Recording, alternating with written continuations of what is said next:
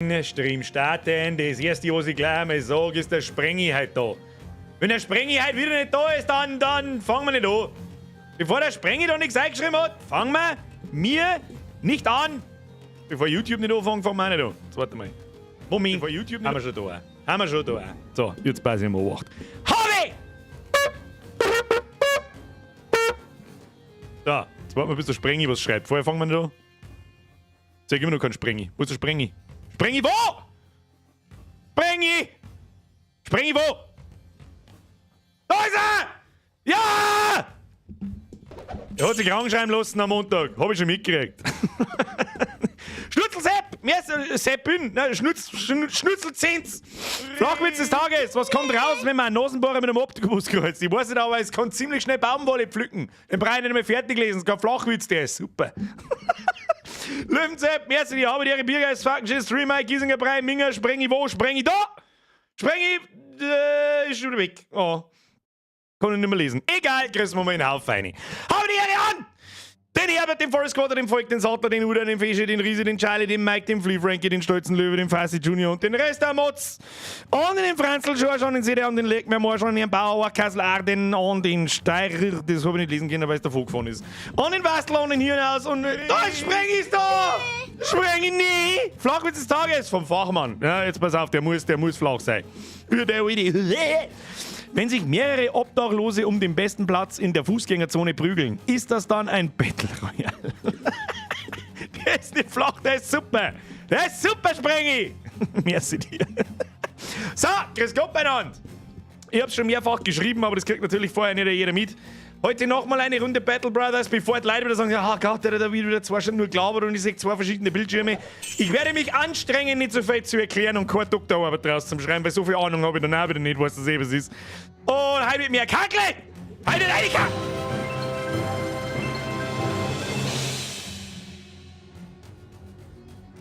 This stream is sponsored by Kubalasep, Biatch, Hashtag Kubala, Hashtag Geldgeiler Wichser.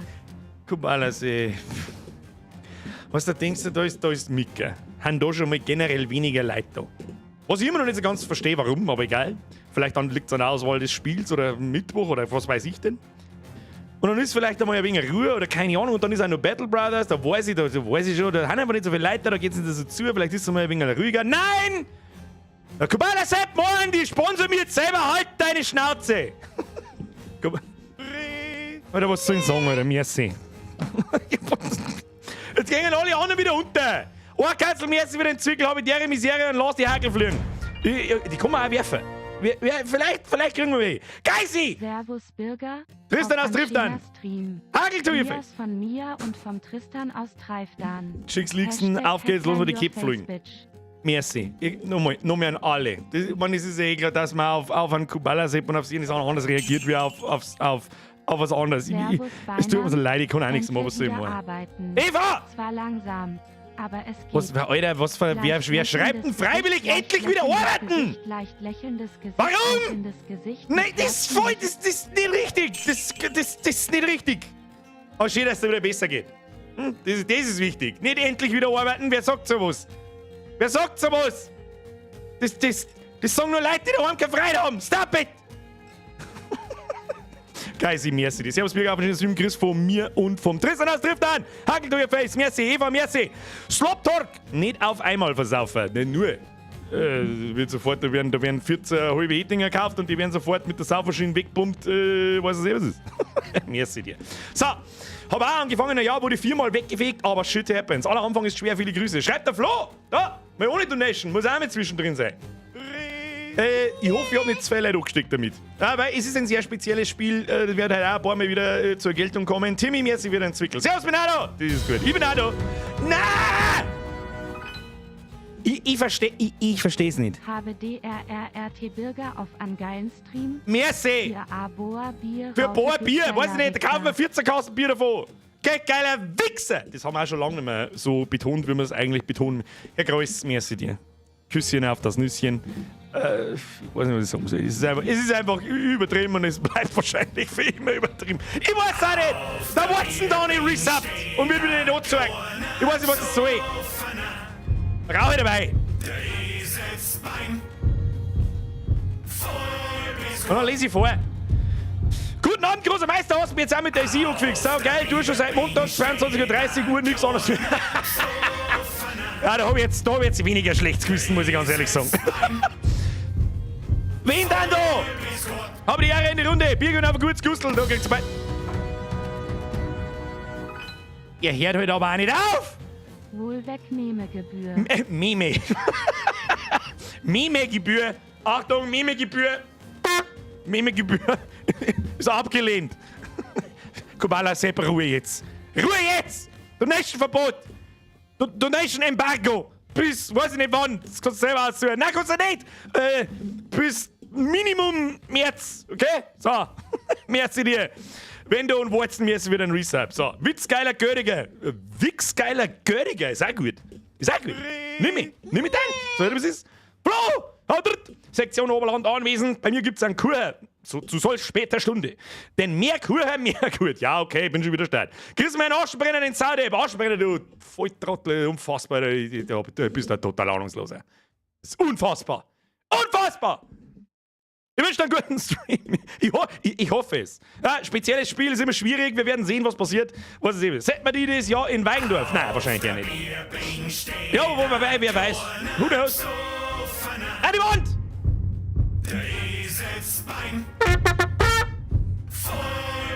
Ja, wo ich gell? Da an die Wand. Hallo, servus, wie geht's Ihnen? Mir geht's blendend. Musst du immer denken, schlechte Leute geht's immer gut. Mach das jetzt! Sorry, ist nicht mein Spielkreis, ich bin beim nächsten Mal wieder dabei, wünsche einen schönen Stream. Das muss immer per Donation sagen. Es ist, ich muss jetzt da nochmal wirklich mehr andere Deutsche oder egal welche Streamer konsumieren, weil ich kann nicht glauben, dass das woanders genau so zugeht. Das gibt es nicht. Ihr konsumiert mit Sicherheit mehr anderen Content als ich. Das ist unfasslich, dass das ist doch nirgends so. Oder? Blue Frankie, bin nicht dabei. Im Urlaub. Oh, im Urlaub. Wo bist du denn? Warum schreibst du nicht dazu? Was bist du, Zipfe? Auf Sprengi. Hashtag geldgeiler Wichser. Alfarius und Bierman, merci dir. Meme-Gebühr. Alter, die Memes am Montag waren legendary, Alter. Also die Memes am Montag noch mit dem Daisy-Stream, die müssen wir fast herzwingen. Sollen wir es herzwingen? Die waren richtig gut. Wenn wir mal gute Memes haben, dann sollten wir die herzwingen. Dann ist jetzt seit 3 Minuten früher Schluss mit Donation. Scheiße, jetzt endlich! Timmy! Ich schau nur dich. Das ist auch so ein Phänomen, das sagen mehrere. Das glaube ich euch nicht. Das glaube ich euch nicht. Bierman, merci dir, Alfarius, Grüß aus der Spätschicht. Ich sitze theoretisch auch in der Spätschicht, wie man es genau so nennt. Machen wir ein Mini-Mimi-Micke. Sprengi für die Jetzt hört jetzt auf! Jetzt kommt heute eher noch aus dem Mikau. Kruzifix. Probe der Möd Mia Anschen oben. Jawohl! Anschen Stream. Anschen! Mia G2 an Erb für UIWÖ Drecker. Mir geht's wieder. Mir für UIW Drecker. Den hab ich noch nicht kennt. Sag ich dir, wie es ist, den habe ich nicht gekannt. Austrian, merci dir. So, jetzt bei so was. Wie der man das jetzt? Ich hab leider Gottes die Szenerie nicht mehr. Muss ich meinen ganzen Monitor. Wer ist das jetzt wieder? Der Bastelbastel. Ich schreibe mal ohne Scheiß. Jetzt bei sowas. Das erste, was ich jetzt tue, jetzt schreibe ich mal in meinen verfickten Kalender ein, dass wir mir von Streamlabs weggängen, weil es mir jetzt langsam zu Tode nervt. Scheiß drauf, gritschst den letzten Monatslohn anno. Dann hab ich ja meinen Soll für heute erreicht. Ich hab meinen Monatslohn erreicht. Okay, tschüss dann. Schluss jetzt. Ohne Scheiß. Merci dir, aber nicht übertreiben. Bitte nicht. Bitte nicht. Bitte. Bitte. Okay? Kubala Sepp von ganzem Herzen. Danke, du weißt es was ist. Aber Schnauze jetzt! So! Schreibe mir sofort morgen rein. Streamlabs verlassen. 25 Ausrufezeichen, 1 und 11 schreibe ich und 12 schreibe ich auch noch dazu. So, speichern! Morgen irgendwann nach Mittag, wenn ich halt da bin. Ja, Mittag halt irgendwann. Werd schon hingehen. So, Schluss jetzt, Timmy! Doch, weil du der Einzige bist, der mich nicht mit scheiß Werbung und kauft dies und so zuscheißt. Das geht aber wie Butter, wenn das jemand honoriert. Und ich das nicht sagen muss. Was ich. Nein, irgendwann mit Sicherheit haben wir da mal drüber geredet, aber was das ist.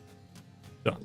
Und der Sprengi schreibt und dann sagt er doch lieber WoW. Alter, ich bin so hart angesuchtelt, Alter. Ich hab halt 415er Set Gloves gekriegt für mein Jäger. Jetzt habe ich einen 2er Set Bonus. Ihr könnt euch gleich mal darauf einstellen, dass am Freitag, wenn wir nicht essen gehen, am Samstag bin ich nicht da, am Freitag, wenn wir nicht essen gehen, was relativ unwahrscheinlich ist, dass wir mir Projekt Community Raid starten und mir einen Setkopf außerspielen. Das heißt, ich werde einen WoW-Stream machen, wir werden raiden und ich brauche ein Set-Teil. Ob es euch gefällt oder nicht, ich will es haben, ich muss es haben. Ich brauche den 4er-Set-Bonus noch diese Woche und nicht irgendwann in 4 Wochen. So, Dizzy! Wieso wird denn der Dizzy nicht angezeigt? Der Flip Frankie, der ist schon angezeigt worden. Schluss jetzt! Wir schauen uns jetzt Mimis an! Mimis! Warte, ich muss jetzt erst mal her da. Der Dizzy, du kriegst die Privattröte, pass auf. Oh, die war voll gut, die hat voll lustig geschrieben. Ab in den Chat, habe die Ehre, Dizzy, welcome to the squad, merci wieder Mitgliedschaft. Nice Mitglied, muss man schon mal habe die Ehre sagen. So, jetzt pass auf, ich muss... Da waren wirklich ein paar richtig gute dabei. Jetzt pass auf. Wo? Sergej Bobdiski. Es ist ja auch geil, auch wenn wir schon lange kein Mimi-Review mehr machen. Es posten Leute trotzdem jeden Tag 1, 2, 3 Memes, einfach lustig.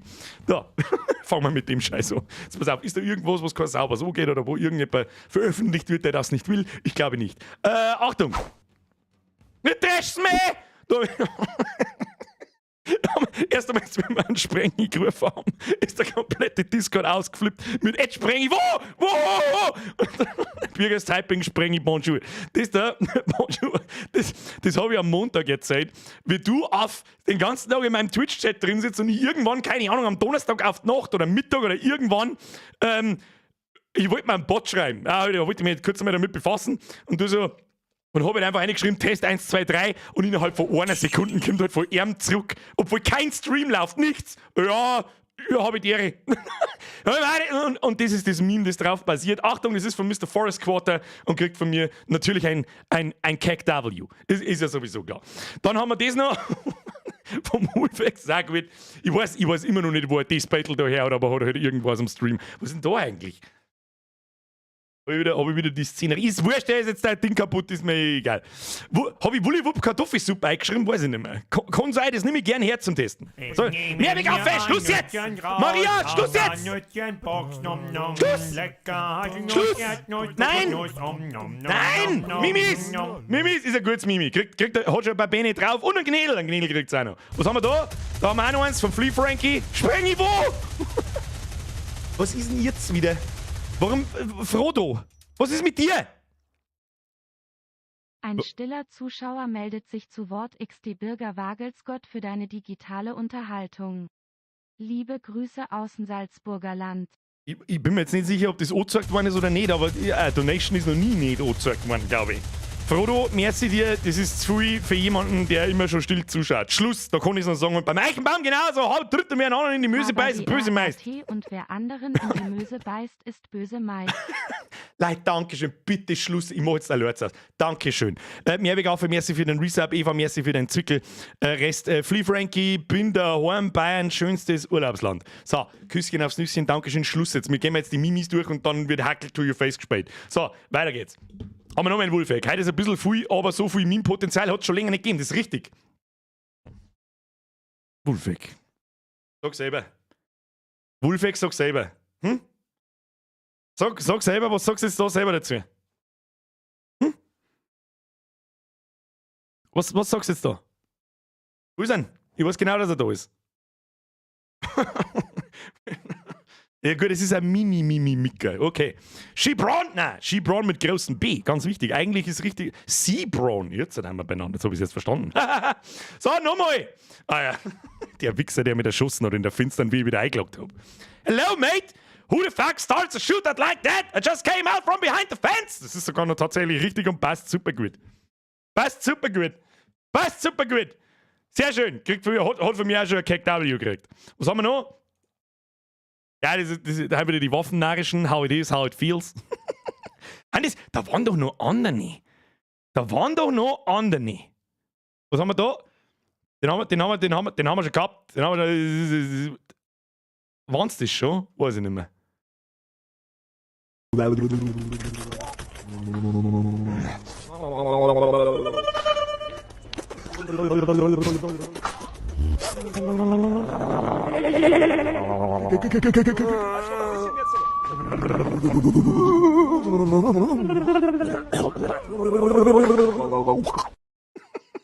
So.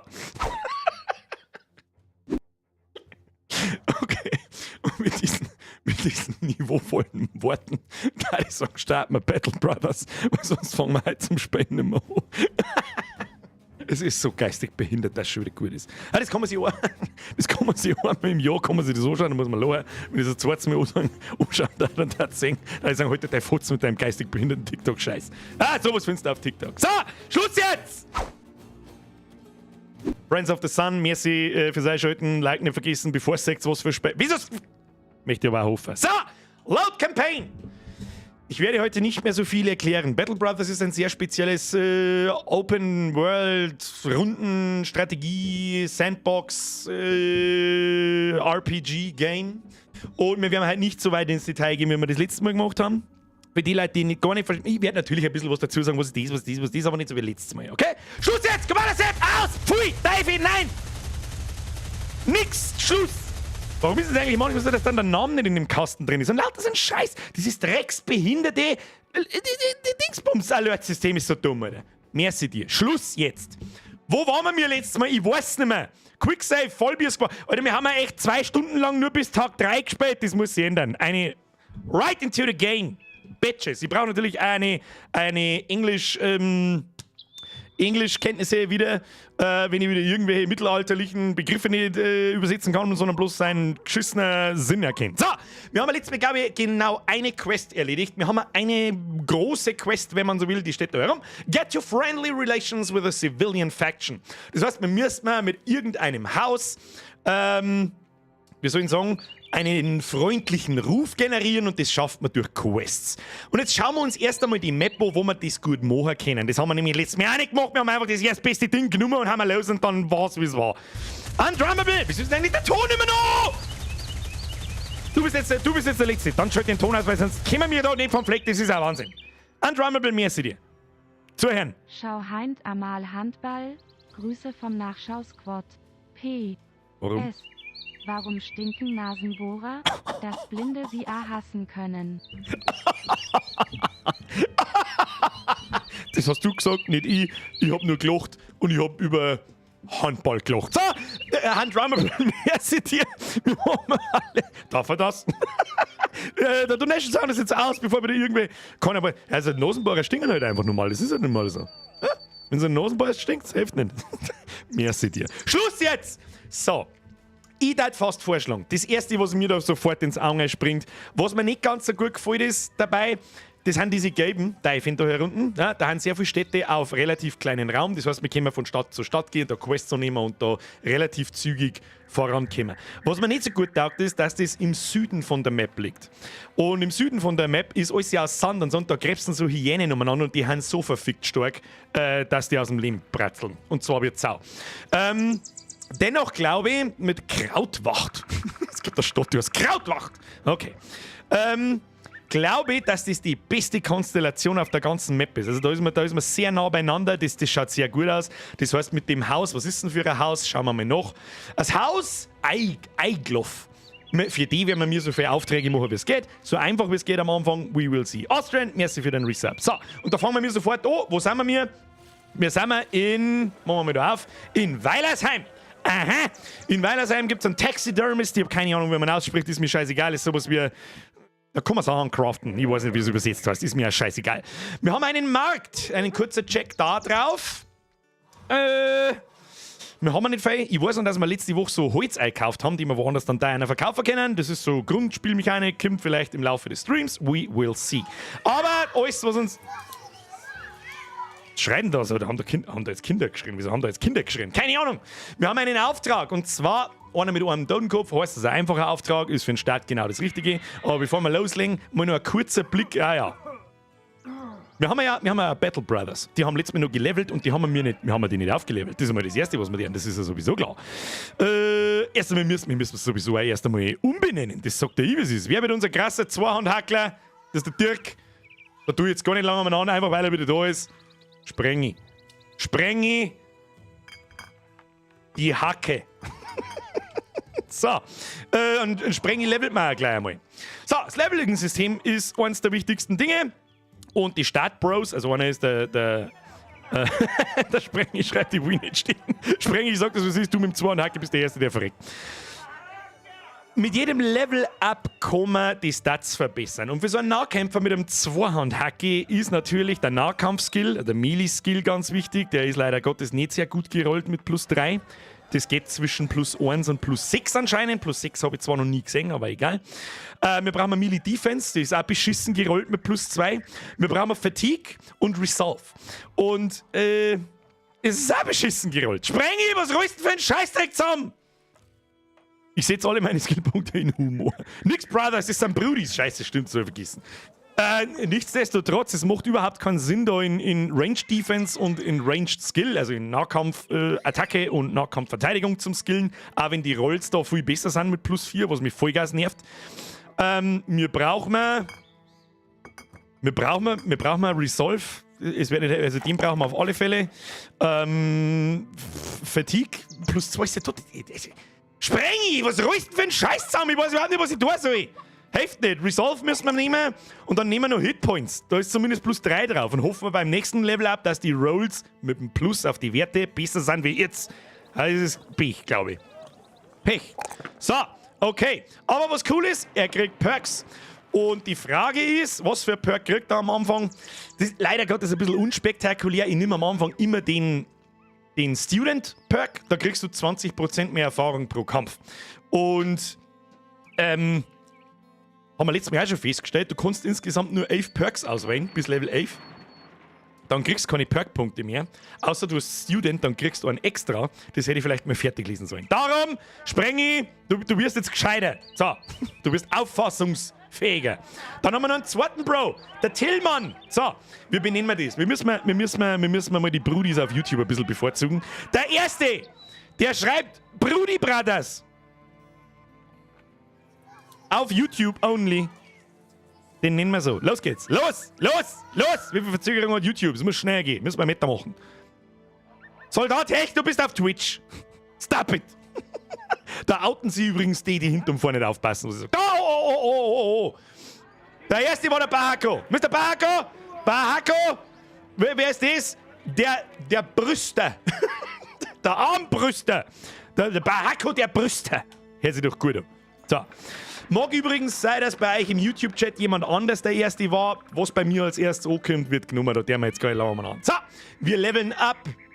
Was haben wir da so? Der Armbrüster, also ein Ranged Brudi, der hat natürlich ganz andere Werte. Der braucht weder Melee-Skill noch Melee-Defense, sondern er braucht Ranged Skill. Und da haben wir einen schönen +4-Roll. Der ist nicht tipptopp, aber der ist gut. Machen wir +4 auf Ranged Skill. Dann, was... Ich kenne die Builds auch nicht. Ja, also wie man das normal spielt, das probieren wir mir jetzt selber aus, so viel kriegen wir mir nicht zum Singen. Und wichtig bei denen, finde ich, ist, dass, wie soll ich sagen, dass früh am Zug sein und dafür ist die Initiative wichtig und da ist auch ein guter Roll drauf mit +4. Und wieder mal die Fatigue, die ist immer wichtig, weil wenn er zweimal schießt und kann dann in der dritten Runde nichts mehr tun, ist auch für den Arsch. Da ist jetzt kein so ein geiler Roll drauf mit +3, aber hilft nicht. So, warum keine Hitpoints und solche Geschichten? Resolve ist bei denen auch nicht ganz unwichtig. Ja? Weil wenn vorne in der Frontline die Brudi Brothers prügelt werden, muss er irgendwann einen Moralcheck machen und haut dann ab hinten. Das ist halt auch Bullshit. Aber gut, bin ich fürs Erste ganz zufrieden. Und beim Bahako, gut, genau das Gleiche. Kriegt ein Student, damit er einfach schneller levelt. Was wir, glaube ich, letztes Mal gemacht haben, wir haben denen eine Trainingsstunde verpasst, jawohl. Eine Trainings-Experience will begin after 2 more battles. Das heißt, wir haben noch 2 Kämpfe, wo wir +35 XP kriegen. Die kriegt auch der Sprengi. Und wer war jetzt unser dritter Battle-Brudi? War das der Heimrat? Ich glaube, es war der Heimrat, oder? Unser Startbrudi. Den nehmen wir auch noch um. Und weißt du, weil wir YouTube so lange vernachlässigt haben, der Erste, der mir schreibt Gacki-Wurst und Bisi-Strahl auf YouTube only, den nennen wir so. Los geht's! Los! Hopp! Hoppidi-Bopp! Und der wird der Spießer. You serious? Natürlich bin ich serious. Gacki-Wurst und Bisi-Strahl auf YouTube. Ja, Mongos! Twitch besteht wirklich nur, weiß ich nicht, hat Lebenshilfe mittlerweile Internet. Wer war da der Erste? Der Marvin Vogel heißt er. Und nennen wir die natürlich Marvin der Vogel. Zauberhaft. So, und alle anderen benennen wir dann, wenn es ableveln. So, wir haben da wunderschön die haben ziemlich aufs Maul gekriegt, sage ich gerade. Die haben Verletzungen. Und zwar eine zerschnittene Arterie dauert 1 bis 3 Tage und leichte Wunden dauert 2 Tage. Und er hat dann ebenfalls dasselbe, er hat einen Cut Arm. Was ist denn das Sinew? Was ist denn, kannst du das lesen? Cut Arm Sinew. Was ist denn das Sinew? Sehne? Haben wir das letzte Mal nicht schon gehabt oder so? Könnte sein, oder? Weiß ich nicht. Und dann haben wir hinten einen Radulf noch. Das ist auch ein Ranged Man. Das ist gut. Ja, und dann war unsere generelle Aufstellung so, dass wir die Spearmen außen hinstellen und die anderen innen. So schaut unser Roster momentan aus. Wunderschön. Battle Brudis am Start. Ja. Und jetzt schauen wir uns den scheiß verdammten Vertrag an, damit einmal irgendwas passiert auf dem Planeten. Stopp! Wir schauen uns jetzt nochmal was kaufen können. Wie viel Gold haben wir? 1400. Nahrung ist gut. Werkzeug ist gut, damit wir unsere Rüstung wieder reparieren. Munition ist gut. Und Medical Supplies sind auch gut. Die werden jetzt dann runtergehen, wenn das Spiel weiterläuft. Der Thorsten legt mir mal, brauchen wir alles nicht. Schauen wir uns den Vertrag an. Keine Sorge, ich werde das nicht alles vorlesen. Ich überfliege das kurz. You with the Falby squad. Easy there, I'm wearing a sword. If I wanted to kill you, taking a seat probably wouldn't be the best route. A local councilman by the name of Oswald the Younger wishes to see you. Also uns mag irgendjemand sprechen. Ha, ich bin ganz ohr. Sir, thank you for coming.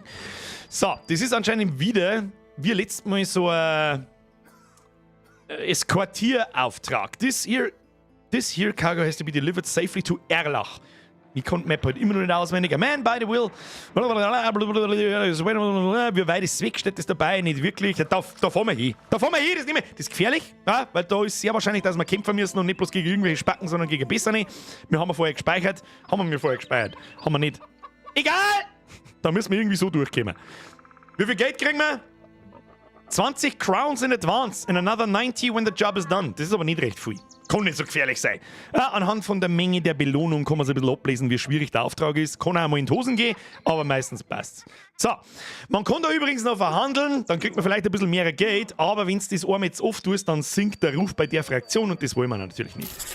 I accept this contract. Was haben wir da? Well supplied. Jawohl, passt gut. Und dann gehen wir auf die Map und dann können wir eigentlich... Moment einmal.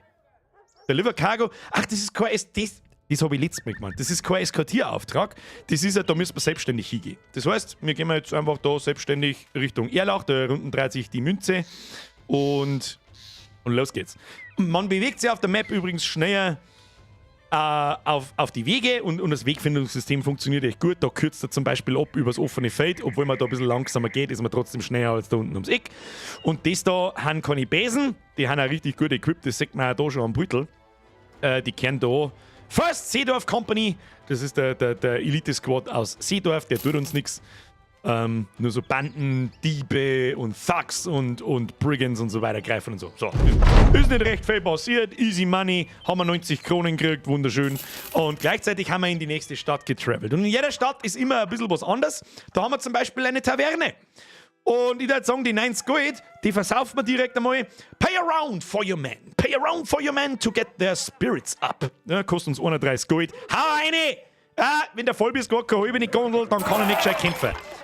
Easy life. Your men cheer and toast to riches and a long life. Und der Hasso gets eager. Ich habe ehrlich gesagt keine Ahnung, wie man mir was eager heißt, aber ich weiß halt, dass er in einer bisschen besseren Stimmung ist, sagt mir halt das Battle da. Das heißt, wer ist denn der Hasso überhaupt? Hasso! Who the fuck is Hasso? Bist du der? Er ist der Hasso. Da ist er grün. Er ist eager. Und können wir mal schauen, was das bringt? Interessiert mich auch, habe ich nicht gewusst. Eager, 79%. Has 50% Chance to start battle at confident morale. Gehen wir in den Kampf dazu, was das ist. Got drunk with the company. Eager heißt eifrig. Haben wir wieder was gelernt, ja? Englisch mit dem Bierger ist sogar noch pädagogisch wertvoll. Und was ich sehr lustig finde, ist das kleine Plus da. Er hat sich mit der Kompanie besoffen und das gefällt ihm gut. Er hat einen Kampf gewonnen. Er hat ein bisschen ein Minus auf Moral und auf die Stimmung, weil er halt eine Verletzung hat. Und er freut sich, weil er Kämpfenden einer Kompanie beigetreten ist. Das werden wir ein paar Tage anhalten. Ja, super Geschichte, aber alles, was mich interessiert, ist erstens, wie sind die Marktpreise? Da ist das Holz schon wieder mehr wert. 192 darf man kriegen. 164 haben wir dafür gezahlt. Da jetzt erfahrungsgemäß, weil ich nicht das erste Mal spiele, weiß, dass sie das leicht für über 200 in bestimmte Dörfer verkaufen lässt, behalten wir das noch. Das ist kein verlorener kein Wertverlust, wenn man so will. Haben die sonst irgendwas Interessantes, was wir kaufen könnten? Noch nicht wirklich. Wir haben auch noch nicht wirklich Geld. Jetzt machen wir erstmal Quests. Haben sie ein paar Battle-Brudis? Was haben wir denn da so? Ein Gottfried. Der Gottfried ist Brawler. Das ist ein guter Frontmann. Und da, wenn ich jetzt schon... Und da, wenn ich jetzt schon schaue, der hat 2 Sterne auf Fatigue und 2 Sterne auf Nahkampfangriff. Leider Gottes hat er nichts in Melee-Defense. Und das 2/5 kann heißen, wenn wir mir den jetzt anheuern, dass sein Startwert irgendwo zwischen 2 und 5 ist. Perfekt wäre natürlich 5. Das ist echt für Melee-Defense schon ziemlich viel. Ich glaube, einen Gottfried müssen wir mitnehmen. Was hat denn der so? Oh, er ist Swift. Er ist, wie übersetzt man Swift, schnell, flink. Hat +5 auf Fernkampfverteidigung, geht Swifty. Und da haben wir schon wieder einen Dreck. Er ist cocky. Er hat zwar +5 auf sein Resolve, ich weiß schon wieder nicht mehr, wie wir es übersetzen, auf seine Moralchecks, nennen wir es so, hat aber gleichzeitig -5 auf Melee-Defense und -5 auf Range-Defense und -5 auf Entschlossenheit. Ja! Legt mir mal anspringen. Für das haben wir einen Sprenger dabei.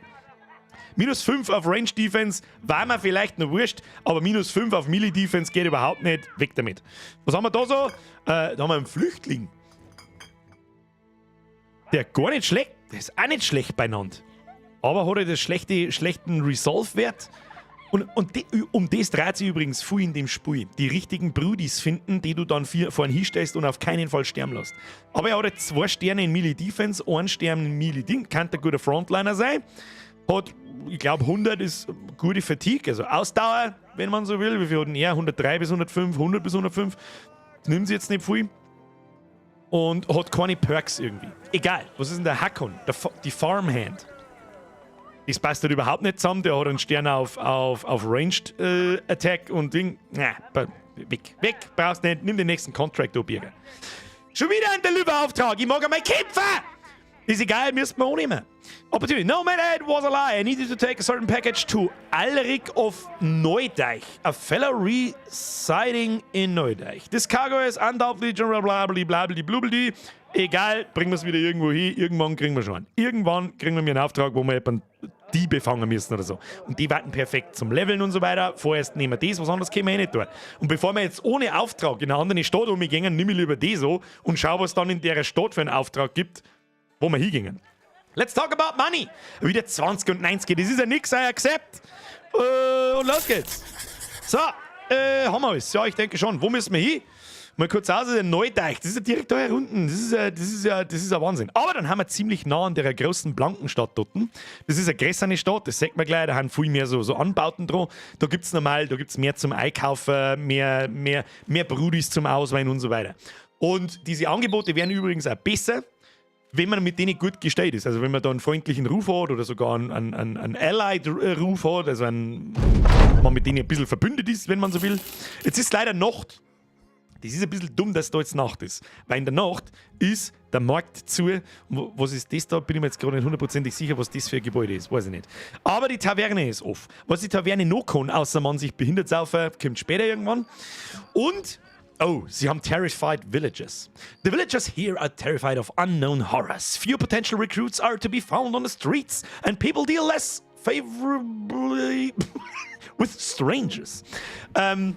Sie haben verstörte und verängstigte Dorfbewohner. Und das wirkt sich auf die Stadt und auf diesen Marktplatz aus, was man in die roten Zahlen da umsagt. Und da bin ich mir jetzt fast sicher, dass die von irgendwo im Umkreis von der Stadt, weiß nicht, haben Diebe oder Basic Monster oder irgendein Scheiß, und in einem von den Contracts können wir das beheben, dann ist die Stadt von diesem Scheiß da befreit und wir kriegen mal bessere Preise beim nächsten Mal. Es ist halt jetzt die Frage, man sagt vorher leider Gottes nicht, was das für ein Auftrag ist. Wir nehmen einfach den ersten und schauen mal, was passiert. Das ist schon mal was anderes. Das ist schon mal was anderes als der Cargo. Jetzt pass auf. Don't be... What? Ghosts are afoot. Yes, the local peasants are poisoning my mornings with constant talks of ghosts and goblins. Was jetzt? Geister oder Goblins? Anyway, I can't just let it rest because the peasants won't get off my back about it. So, I need you to go to the cemetery and clear out any troublemakers you find. How you do that is up to you, but I go ahead and suggest a good steal. Das kann... Ich bin mir jetzt nicht sicher, ob das normale humanoide Gegner sind oder ob das wirklich dann... Es gibt Geister. Und die sind echt unangenehm. Let's talk about money. 620 ist nicht wenig für den Anfang. Vielleicht haben es die Goth-Clique vom Friedhof. Vielleicht haben es die Goth-Kids von South Park. Schauen wir mal. Wir probieren es einfach aus. Haben wir zusammen. Ist mir wurscht. Secure Ancestors Last Rest. Oh, dann kämpfen wir gegen Untote. Kann auch sein. I accept this contract. Wir sind Battle-Brudis und keine Mushimofas. Was du meinst? Oh, da herunten. Jetzt müssen wir den Fluss überqueren und tief ins Wüstengebiet. Wir speichern erst einmal und schauen, ob wir alles dabei haben. Denke schon. Wir haben unsere Brudis sind halt auch nicht gut beieinander. Das ist halt Scheißdreck. Wir probieren es einmal so. Ansonsten gehen wir vorher haben die einen Tempel da irgendwie? Ja, da gibt es einen Tempel. In einem Tempel kann man seine Brudis schneller heilen. Und jetzt gehen wir erst einmal da oben und schauen, was passiert. So. Silverclaw. Ist das eine andere Battle-Brudi-Kompanie? Ich denke schon. Ich weiß nicht, ob wir die später angreifen können. Ich glaube schon. Das der wir jetzt aber nicht, weil die schlachten uns. So, hoffen wir mal, dass man braucht schon ein bisschen bodeln. Da war auch noch cool, wenn da ein Boot drunter war. Ich weiß zwar nicht, wo wir das Boot her haben. Das haben wir aus dem Handgelenk geschüttelt, aber weiß nicht, was es ist. So, da bleiben wir jetzt. Wir gehen einfach rein. As you step through the tombstones, a few voices murmur over the other side of a mausoleum. When you turn the corner, you find a group of men standing over an emptied grave. They have an oath of the man taking jewelry out of it. You order your men to charge. Das heißt, wir kämpfen nicht gegen Untote, sondern wir kämpfen, glaube ich, gegen Grabräuber, wenn ich das so sehe. Ich habe keine Ahnung, wie stark die sind. We will see. Gespeichert haben wir schon, aber in der Stadt um. Das heißt, wenn wir die jetzt nicht schaffen, müssen wir den ganzen Weg nicht wieder zurück, sondern gehen wir einfach in die Stadt um, holen wir uns ein paar Brudis, die wir verheizen können und los geht's. So, you can't make out who you be facing. Attack at your own peril and prepared to retreat, nicht repeat. Ja, repeat auch irgendwo. If need be. Das heißt, wir können uns natürlich zurückziehen, wenn es zu krass sind. Ja. Ja. Okay. Also, für die ihren Kampf noch nicht gesehen haben, er ist rundenbasiert. Wir werden nicht so viel erklären wie letztes Mal, aber ein bisschen was. Unsere Bogenschützen haben eine hohe Initiative und haben daher da herunten als erstes dran. Können wir mit der umschießen? Nein. Mit einem normalen Schuss nicht. Der braucht 4 Actionpunkte. Wir haben aber auch einen Aimed Shot, einen gezielten Schuss auf 2. Da kommen wir hin. Was haben wir da so für Prozentchancen? Nicht recht viel. 41 für jemanden, der gar nichts hat, also kein Schild hat und so weiter, ist das echt wenig. Wenn wir auf Leute mit Schild schießen, haben wir bloß noch 26%. Das ist mir zu wenig. Außerdem nur ein Schuss. Gefällt mir nicht. Mein Plan ist jetzt einmal folgender. Unsere grundlegende Kampfstrategie. Sperre ausfahren, hoffen, dass sie nicht herkommen und währenddessen so viel reinballern, wie wir können. Werden wir sehen, ob es hier hat oder nicht. Ich glaube es fast nicht. Da haben wir ein bisschen Zwing. Da brauchen wir einen Ranged mehr und einen Frontliner mehr, dann darf es gehen. Darum setze ich jetzt einfach mal aus. Wir kommen dann später und mit der Armbrustschütze kann noch weniger weit schießen und hat so einen Aim-Shot nicht. Das heißt, wir warten mal, was deren. Sie kommen natürlich Vierer. Es hat einen bestimmten Grund, warum die Vierer kommen. Kurzer Tipp. Wir haben als Spey, also die KI, die einen Computergegner steuert, schaut immer, wer hat mehr Ranged. Ich habe in dem Fall mehr Ranged. Das zwingt ihn, dass er auf mich zukommt und ich stehen bleiben kann. So, da die sich nicht mehr bewegen können und wir uns nicht bewegen werden, schließen wir ihm seinen Zug ganz ab. Wo der Rest Vierer kommen. Kommt's noch Vierer? Du stehst super. Hat kein Schudel, wunderbar. Er da oben, genau das gleiche. Schließen wir ab. Hackelsepp. Ich kann jetzt da natürlich einen Schritt vorwärts machen und dazu hauen, der man aber nicht. Außer mir trifft man mit den Bögen gut. Machen wir Pause. Die Schädeldeppen sollen hinten bleiben. Das ist mir ganz recht. Sie kommen hauptsächlich über unten. Passt auch. So, unser Stun-Knüppelsepp, der Ernst, den werden wir dann schon noch umbenennen. Ich weiß gar nicht, ob der überhaupt irgendwie gut ist. Das hätten wir uns vielleicht auch mal anschauen sollen, aber das ist wieder jetzt langweilig. Mir setzt man aus und jetzt sind unsere Bogenschützen dran. Okay? Und natürlich nehmen wir. Wieso hat jetzt der bloß 34%? Mit dem Aimshot hat er schon 49%. Okay. Ist jetzt. Weiß ich nicht, da bin ich zu wenig Stochastiker. Ich bin eher Vollspastiker. Ist zweimal 34% Schießen besser als einmal 49%? Weiß ich nicht. Wir schießen wir zweimal auf 34%. Jawohl, ein Hit. Und noch einmal daneben. Gut. Nehmen wir die Armbrust. Jawohl, sehr gut. Wenn wir jetzt aufpassen, der hat jetzt da eine kleine Fahne dran. Und die grüne Zeile bei ihm, er ist wavering. Das bedeutet, er zittert schon ein wenig. Wenn das runtergeht, dann fängt er an zum Fliehen und alle um ihn rundherum machen einen Moralcheck und haben schlechter drauf, treffen schlechter, weichen schlechter aus und lauter so einen Scheiß. So, jetzt ist die Frage, wir locken gleich nochmal nach und gehen wir einen Schritt da auf. So, jetzt ist die Frage, Sprengi, wie krass bist du? Sprengi, wie krass bist du? Gehst du leider einen Schritt 4 und haust dir einen Scheller oder... Sein Stift, Herr Austrian, schön beschrieben, sein Stift fängt schon zum Schreiben an. Richtig. Der Sprengi schreit, der kann nicht ein! Okay, dann warten wir. Dann warten wir, das sitzt mir aus, Sprengi. Aber Angriff ist oft die beste Verteidigung. Vor allem blockt man ihm dann auch da so ein bisschen und seine Bros da hinten kommen nicht weiter. Und der allein, er hat einen Knüppel, der kann dich stunnen. Aber du kannst ihn auch enthaupten. Wie viel Melee-Attack hast? Ich hab Melee-Attack. Wie viel Melee-Attack hat der Sprengi? Wo kann ich das... Scheiße, wo kann ich das Ingame nachschauen? 62. 62 ist nicht wenig. Also für Ohrlevel. Hast einen Choke Point. Das hätte die auch gesagt. Und in den nächsten Rundengängen, die nehme ich da 4er und verteilen sie. Ich sag das, was ist. Sprengi! Zu den Weapons! Hau ihm einen Shell ab! 62 Hitchance, muss gehen. Ja! Sprengi, du Monster! Easy. Easy. Sprengi. Du hast dem zwar einen Shell gehabt. Gibt Abzüge in der B-Note. Aber ich sag da einen im Dregling. Du? So. Jetzt machen wir jetzt folgendermaßen. Meine Taktik ist ja folgende. Wir greifen mit den Spearmen nicht an. Die schützen unsere Flanken. Wir haben eine nette Fähigkeit, die heißt Spearwall. Also Speerwall, wenn man so will. Und dann fordert ein Speer aus. Und wenn jetzt die da herunten versuchen, da herzukommen oder da herzukommen, dann habe ich eine relativ hohe Chance, dass ich erstens ein bisschen Schaden mache, nicht viel, aber ein bisschen, und dass sie wieder zurück auf einen Ausgangspunkt gehen. Und das ist unsere generelle Taktik. Die bleiben da stehen und der Bogenschütze schießt währenddessen tot. Und währenddessen jedes Mal Schaden erlitten wird oder sogar Leute sterben, hat jetzt er da hinten erfahren in der Hand ist Wavering, er ist Wavering, er ist Wavering. Und das ist unser Ziel. Wenn da alle am Wavering oder am Breaking sogar sind, das ist die nächste Stufe, dann werden wir uns viel leichter, sie treffen uns nicht mehr so gut und so weiter. So. Zug beenden. Bin ich schon gespannt, was passiert. Ja, natürlich kriegt er... Sprengi hat einen Dolch in die Seiten gekriegt. Da hat er einen Dolch in die Seite bekommen. Aber ich sag dir was. Er da oben möchte mit Sicherheit oben rundum gehen. Und alles, was KI versucht, ist auf unsere Range zum Gehen. Das tun sie irgendwie immer. Darum lassen wir die nicht ungedeckt. Wir pausieren. Aber wir holen einen Ernst. Ernst! Du one step forward. Gesehen? Und schon fangen die auch an, Wavering zu sein. Warum? Weil er umzingelt ist. Weil er von 2 Leuten gleichzeitig betatscht wird, haben wir Glück gehabt. Und jetzt gehen wir ihm einen Stun. Ja, 2, dann haben wir hier einen Knockout. Ja, zack. Und schon kann derjenige nichts mehr tun. Macht jetzt zwar nicht ganz so viel Sinn, weil der da, glaube ich, schon am Zug war.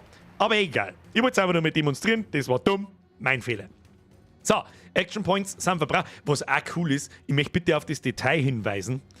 Wir haben ich glaube, der hat im ersten Kampf sein Ohr verloren. Oder? War das nicht irgendwie so? Warte mal. Wo ist er? Light Wounds in the Fighting. Da. Er hat sein Ohr verloren. Luckily, a missing ear isn't that much of a hindrance for his character, but it does look gross. Hindrance? Ich hab keine Ahnung. Aber er hat halt -10 Initiative, also darf er eigentlich sterben. Und es ist permanent. Und ich finde cool, dass man das sogar da sagt. Also man sagt das auch optisch, dass er mal Ohrwaschel feit. Finde ich cool. Ist einfach schön. So, Zug beendet, dann kommt der Hackelmann da hinten. Schauen wir, was passiert. Ah ja, der bewegt sich auch nach oben. Und der bewegt sich 4. Das habe ich falsch eingeschätzt, dass der so weit gehen kann. Mir hätte man einen Speer ausfahren sollen. Mir Idioten, muss ich schon fast sagen. Aber gut. Das heißt... 34 Chance, wir gehen jetzt einen Schritt 4. Und dann schießen wir ihm da über den Haufen oder ihm. 25%, 38%. Daneben. Dumm. Jetzt haben wir uns natürlich bewegt, also können wir nur einen Schuss ausführen, weil unsere Actionpunkte da Runden vorbei sind. Dumm gelaufen. So, der Bruster. Wer ist er gleich wieder? Das ist, glaube ich, der Marvin der Vogel. Nein, der Bahako. Entschuldigung. 54% der Armbruster. Es spielt eine große Rolle, wenn deine Armbrusttypen direkt an deinem an deinem eigenen Brudi hinten dahinter stehen und im Prinzip kannst du dir das so vorstellen, als würden sie so vorbeischießen. Das bringt sehr viel für die Treffsicherheit und ja genau. Wenn ich mir jetzt da herstellen darf und da drauf schießen darf, dann darf ich vielleicht meinen eigenen treffen. So, 54%. Bahako! Wie krass bist du? 3, 2, 1! Ja! Sauber durchballert. Brustrüstung weg. Sauber Damage gemacht. Wunderbar. Genau das wollte ich sehen. Lob mal gleich noch nach. Kostet auch Actionpunkte. Nächste Runde. So, Sprengi! Es ist Zeit, Menschen zu enthaupten. Den Gestanden trifft man übrigens auch besser. Da hast du schon eine 67%ige Chance. Er ist surrounded, steht sogar drunter, was der Grund ist für eine erhöhte Trefferchance. Also er ist umzingelt, für die noch weniger Englisch kennen wie ich.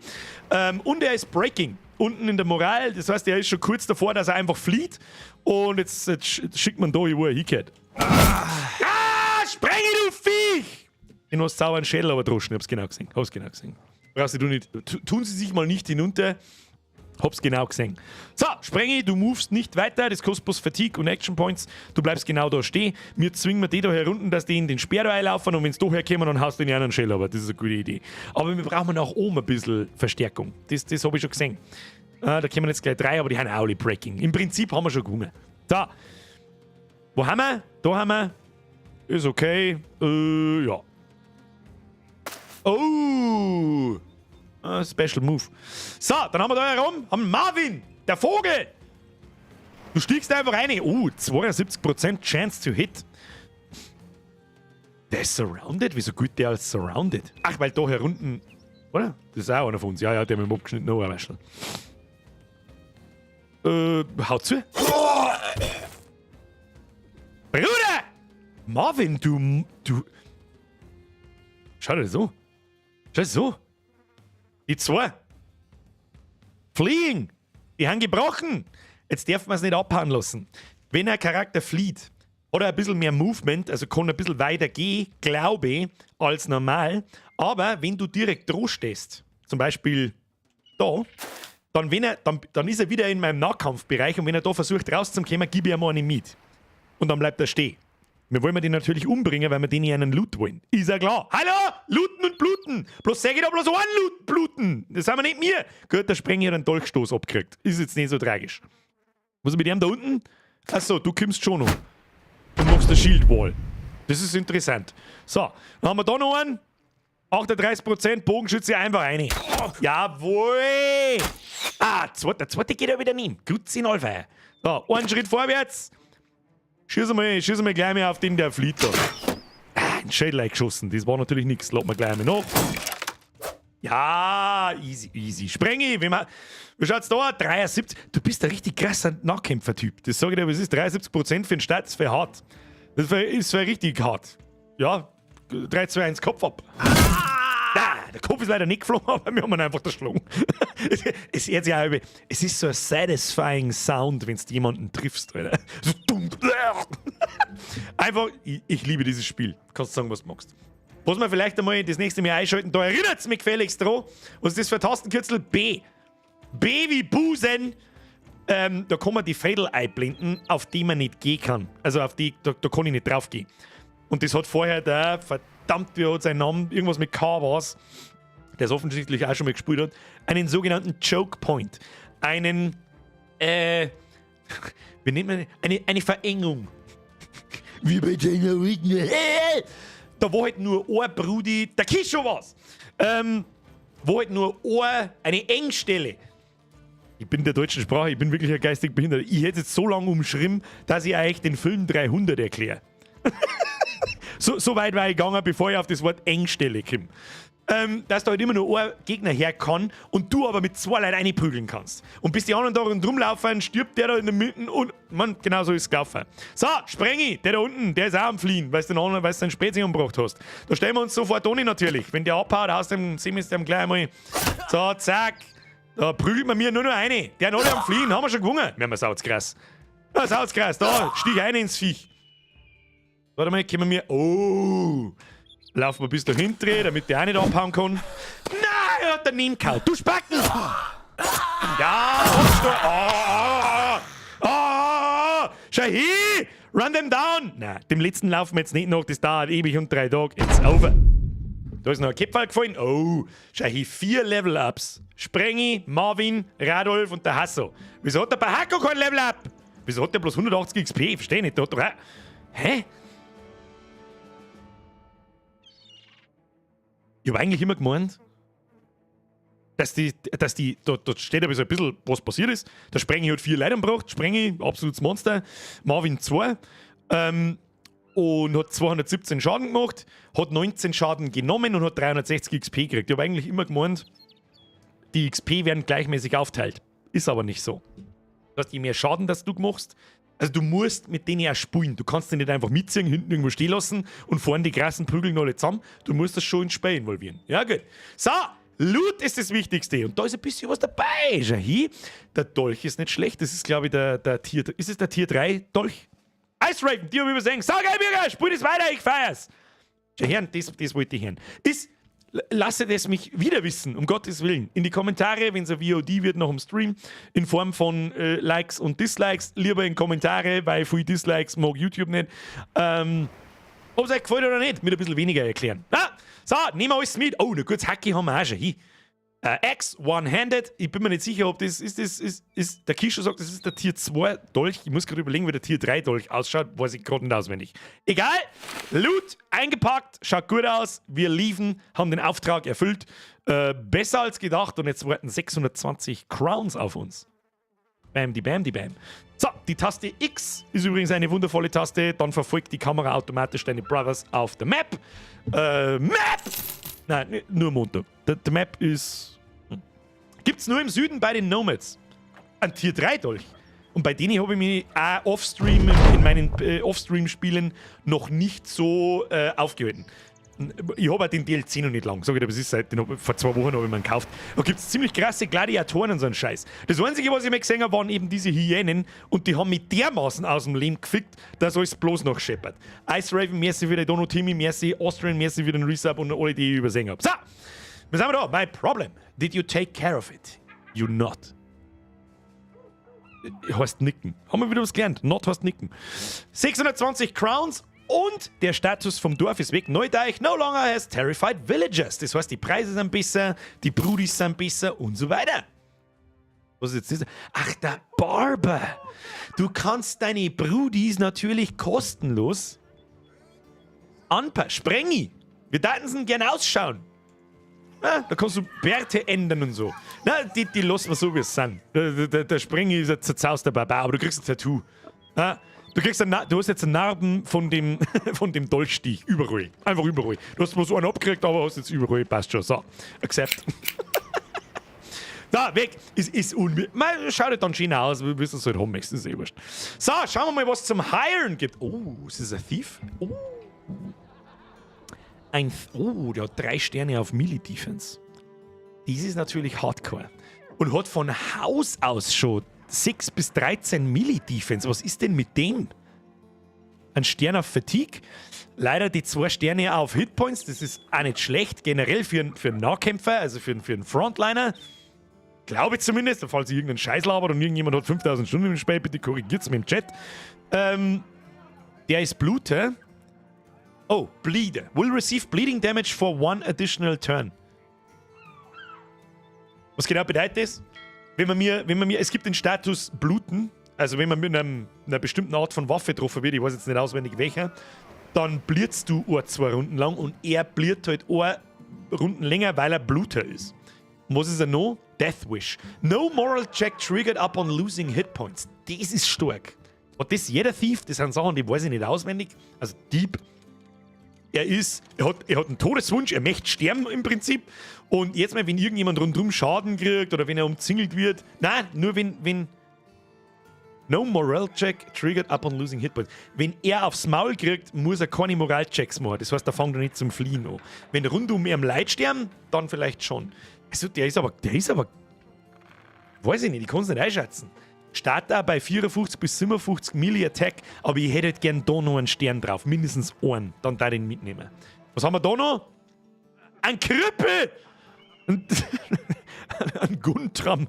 Guntram der Krüppel. Ja, Mann. -10 Initiative ist egal, weil er halt nur mal ein Krüppel ist. Aber er hat Iron Lungs? Wieso hat der Krüppel Eisenlungen? Verstehe ich nicht. Okay, dann haben wir einen Oscar, das ist ein Bettler. Was hat der? Ach, der hat auch 3 Sterne in Melee-Defense. Was ist denn? Aber gut, haben alle Crap, kannst du vergessen. Und gut ist. So, was sagt denn der Markt? Aha. Unser Holz ist da schon 209 Gold wert. Und das ist langsam nicht schlecht. Es gibt eine andere Art und Weise, wie man schauen kann, ob die Verkaufspreise von deinem Zeug an den Markt gut oder schlecht sind. Da wir mir aber kein voll repariertes Schild nicht haben, kann ich euch das gerade nicht sagen. Haben wir mir vielleicht, warte mal, oder Brudi eins in der Hand. Ist das, ja, das ziehen wir jetzt einmal schnell aus. So. Das ist ein wirklich wichtiger Tipp, den hat man auch ich von anderen Videos und von einem Guide einmal ausgesucht. Und zwar, schauen wir uns dieses Schild an. Das Schild hat einen Grundwert, der vom Spiel beschrieben ist, von 100 Gold. Und das kommt mit der Erfahrung ein bisschen, aber wenn ich da kriege ich aktuell 17 Gold dafür. Das ist nicht schlecht, das ist aber auch nicht richtig gut. Richtig gut war 18, 19, 20, aufwärts war richtig gut. Und wenn es richtig schlecht ist, dann ist der Goldpreis für so ein Schädel oder irgendein Item, das Wert 100 Gold hat, ist dann bei 12 oder so. Bin ich mir ziemlich sicher, bevor wir den Status von der Stadt entfernt haben, mit den schlechten Preisen und so, hätte man für das Schädel bloß 12 Gold gekriegt. Und im Prinzip hältst du dein ganz Gier und alles, was du eigentlich verkaufst und gar nicht brauchst, so lang, bis du irgendwann in eine Stadt kommst, wo der Verkaufspreis für dein Indikatorschild, nennen wir es jetzt einfach einmal so, bei 20 und her ist. Dann kannst du irgendwann hergehen und alles verkaufen und hast das maximale Gold rausgeholt. So kann man es sagen. Dann sehe ich da, dass da Amber Shards drin sind. Und die haben Wert 260 und kosten 277. Das glaube ich ist kein schlechter Preis. Und die nehmen mit und verkaufen wir woanders da. Wenn man nämlich da auch, ja, wobei, ist das ein guter Wert? Es ist ein passabler Wert. Probieren wir es mal. Bin mir nicht hundertprozentig sicher. Die Sachen sind immer im Markt ein bisschen teurer, selbst wenn es gute Preise sind, wie der Wert. Es ist wert 260, aber ich kaufe es für 277, ist trotzdem gut. Ah ja, der Kishu, wir haben ein bisschen Unterstützung, der sagt, das ist ein guter Wert, da vertraue ich mir jetzt, die nehmen mit. So, jetzt schauen wir mal. Wie schauen wir da eigentlich aus? Wir haben ein Level-Ups und zwar wie die Hölle. Marvin, der Vogel. Wir haben so ein Spearman werden, das heißt, wir haben schon wieder nur Scheißdreck-Rolls. Gut, der Marvin ist aber auch gut. Fatigue, die 50 Hitpoints ist auch nicht der Teufel, sage ich da auch ganz ehrlich. Aber ist ein guter Roll, nehmen wir mit. Da darf ich immer gerne auf 60, 65 irgendwann kommen. Dann kriegst du später den Colossus-Perk und dann kriegst du noch mehr Hitpoints. Passt. Ne, ist einmal der erste Roll. Dann ist für unsere, wie soll ich sagen, unsere Spearman außen sehr wichtig, finde ich, dass die sehr widerstandsfähig sind vor, wie soll ich sagen, dass sie nicht fliehen. Weil wenn unsere Flanke bricht, dann sterben hinten alle ranged und dann können wir einen Kampf vergessen. Der Resolve Roll ist aber auch nicht so hundertprozentig geil, muss ich ganz ehrlich sagen. Aber der Initiativewert ist geil. Und den finde ich auch wichtig bei den Flankenleuten, weil je früher das er droh ist, desto früher kann er sein Speer ausfahren, bevor jemand reinläuft. Der Melee-Skill ist mir gar nicht so wichtig, weil der nicht zum Schadenmachen da ist, aber der Defense-Skill ist mir wichtig, den rollen wir so und so. Ja, und dann weiß ich auch nicht, was wir da sind. Ich glaube Fatigue. Ich glaube eher Fatigue oder Initiativ. Ausdauer oder Initiative? Was sagen die Pros? Fatigue? Fatigue. Es ist sau wichtig, dass der so viele Runden wie er kann, sein Schädel aufziehen kann und wahrscheinlich sogar noch gleichzeitig einen Speer aufziehen kann. Das ist das Allerwichtigste. Der muss gar nicht treffen mit seinem Scheiß. Nur aushalten, Ausweicher, aushalten. Aushalten und noch mehr aushalten. Initiative heißt auch, dass dein Spearwall früher im Zug ausläuft. Was willst du eigentlich? Schau her, das habe ich zum Beispiel nicht gewusst. Wo steht das? Das darf mich jetzt interessieren. Aber vorher kriegst du noch einen Perk von mir. Und zwar da ich gleich mal einen Kolossus reinhauen, damit du nicht so früh stirbst. Das ist einer von unseren Startbrudis, also ein guter. Und das ist so, weil mit der neuen Aktion deine alte ausläuft.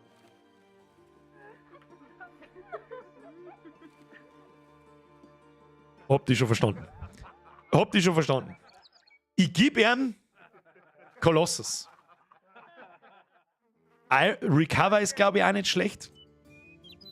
Und dann alles für schwere Rüstung und lauter so ein Scheiß. Nehmen wir Colossus.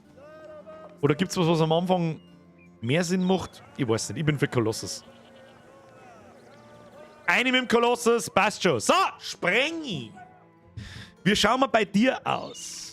Steelbrow oder Colossus? Oder halt beides. Steelbrow ist das. Was ist Steelbrow? Erst einmal kurz, was macht Colossus? Koloss. Bring it on. Hit points are increased by 25%. Das heißt einfach, der Marvin hat jetzt seit 25% mehr Lebenspunkte und ist damit bei 67. Ist schon ganz anständig. Ein, zwei Rolls vielleicht später, weißt du eh. So, Sprengi! Du kriegst davon. Und wehe, du rollst jetzt nicht anständig. Ja, plus 3 auf Melee-Skill ist okay. Ist okay, ist nicht super, ist okay. Genauso wie auf Defense. Aber du hast ja wieder mal einen scheiß Fatigue-Skill. Brauchen wir den eigentlich? Weiß nicht. Na, Rollkommando! Also du kriegst, ich tue sowieso, egal wie das gerollt ist, für 2 Sterne actually mies. Stimmt da. Wie genau funktioniert das Rollsystem? Es ist immer, du wirfst jetzt 1 bis 3 plus die Sterne, die drauf sind. Glaube ich. Hat es letztes Mal geheißen. Habe ich auch nicht gewusst bis letzten Mittwoch. Also, dann machen wir auf alle Fälle 65 plus 3 Melee-Defense, bist du erst bei 5. Und das schon bei Level 3. Das ist dann, weißt du eh, was es ist. Hast aber schon 65 Lebenspunkte, das ist gar nicht schlecht, wenn wir dir nur einen Kolossus geben. Wir könnten aus dir so einen Lone Wolf machen, den wir ganz abseits von der Kompanie aufstellen. Der kriegt dann fette Boni, wenn er mindestens 3 Fädel von seinen Freunden entfernt ist. Richtig viel auf Melee-Skill und Melee-Defense und so. Und, ja. Ich weiß jetzt nicht, was wir da rollen sollen, sage ich dir ganz ehrlich. Vielleicht ein bisschen Resolve, Fatigue, ich weiß nicht. Dafür hat er zu wenig Melee-Def und wird sterben. Noch. Noch. Fatigue. Also Hitpoints brauchen wir keine mehr, spätestens wenn es ein Kolossus... Ja, nehmen wir Fatigue. Das andere nicht, brauchen wir nicht. Vielleicht Resolve noch irgendwann einmal ein. Shot auch nie. Shot nie. Nimm Fatigue. Was wir brauchen. So, Perks. Was macht Steelbrow? Hits to the head. No longer cause critical damage to his character. Which also lowers the risk of sustaining ganz schlimme Kopfverletzungen. Bla. Was gibt's denn sonst noch so? Resilient, Fortified Mind. Dann fließt nicht so schnell. Dodge. Gain 50% of the character's current initiative. Initiative ist eigentlich nicht sehr hoch. Bringt auch nichts. Executioner. Inflict additional 20% damage against targets that have sustained any injury effects. Also irgendein Gegner, der eine Verletzung hat, macht 20% mehr Schaden. Wir könnten unseren Bogenschützen alle Crippling Strikes geben. Das heißt, lowers the threshold to inflict injuries bei 33%. Das heißt, jeder Hit gibt dem Gegner schneller eine Verletzung und wenn der eine Verletzung hat, macht der Sprengi extra Schaden. Der Kisho hat das Spiel leider komplett getryhardet. Ich merk's. Ich sag das, wie es ist. Es ist einfach ein Gmadi, wie es Colossus ist. Colossus funktioniert einfach immer. Ja? Colossus funktioniert auch bei einem Zweihändermann. Rein damit. Holst ein bisschen mehr aussprengen, ich muss nicht mehr so viel Angst haben, dass du das nächste Mal aufs Maul kriegst. Ja, und dann siehst du schon, sobald wir 2 Perks drin haben, schalten wir die nächste Zeile frei und es geht immer so weiter bis da oben. So, dann haben wir noch den dritten, der Hasso. Den Hasso müssen wir jetzt mal benennen, jetzt ist einmal Twitch dran. Der erste auf Twitch, der schreibt Möbtröte, Ghost, Tröt. Ich rauch dabei.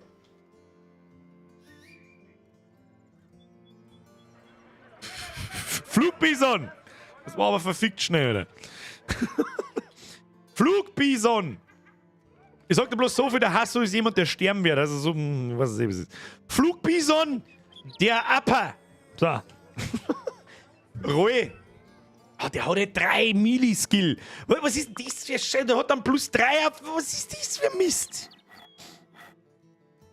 Ja, gib ihm Melee-Skill, was wurscht ist. Da, der hat 0 Fatigue. Das ist ein totaler Flugbison. Du bist von der... Student Perk kriegst nicht zurück, Bürger. Bist kein Manhunter. Was? Moment, da muss ich nochmal schnell schauen. Was ist Manhunter? Herr Lutz, hallo Birger. Grüße aus Frankreich. Was? Sur le pont d'Avignon, alle dansent, alle dansent. Habe es doch noch geschafft, in den Livestream zu kommen. LG Mago, ich hoffe, du bist noch da. Ja, ich hab dich übersehen. Pusti aufs Nussi, danke dir. Kannst du meinen Bruder Benedikt grüßen? Merci, Gruß aus Frankreich. Beni! Ich grüße von deinem Bruder und vom Birger auch. So. Merci dir. So, was nehmen wir da noch? Ja, da ist eigentlich wurscht, was wir nehmen. HM Fatigue eine und ein bisschen mehr Resolve, weil es wurscht ist, er wird sterben. Bist kein Manhunter, dein Background. Wie mein Background. Der Background vom Flugbison oder was? Also vom Brudi. Was haben wir da? Ja, jetzt pass auf. Playing the Manhunter's Origin, your in-depth get the perk point refunded at the 7th character level.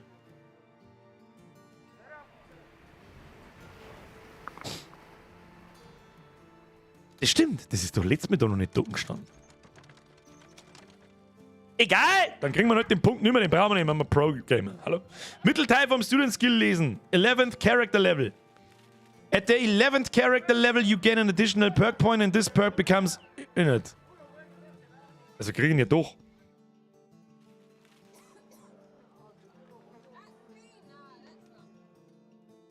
Der Skill verwirrt mich. Nein, der verwirrt mich. Also wir kriegen den Skillpunkt wieder. Also nehmen wir Student und gut ist. Oder? Haben wir Student geklickt? Ja.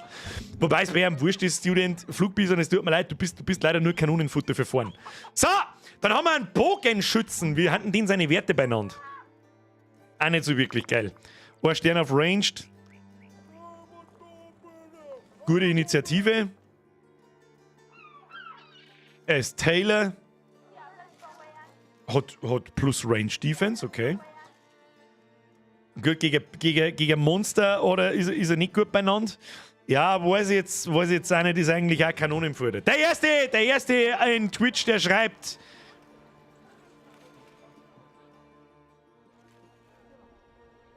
Rahmenvertragsaufhebung.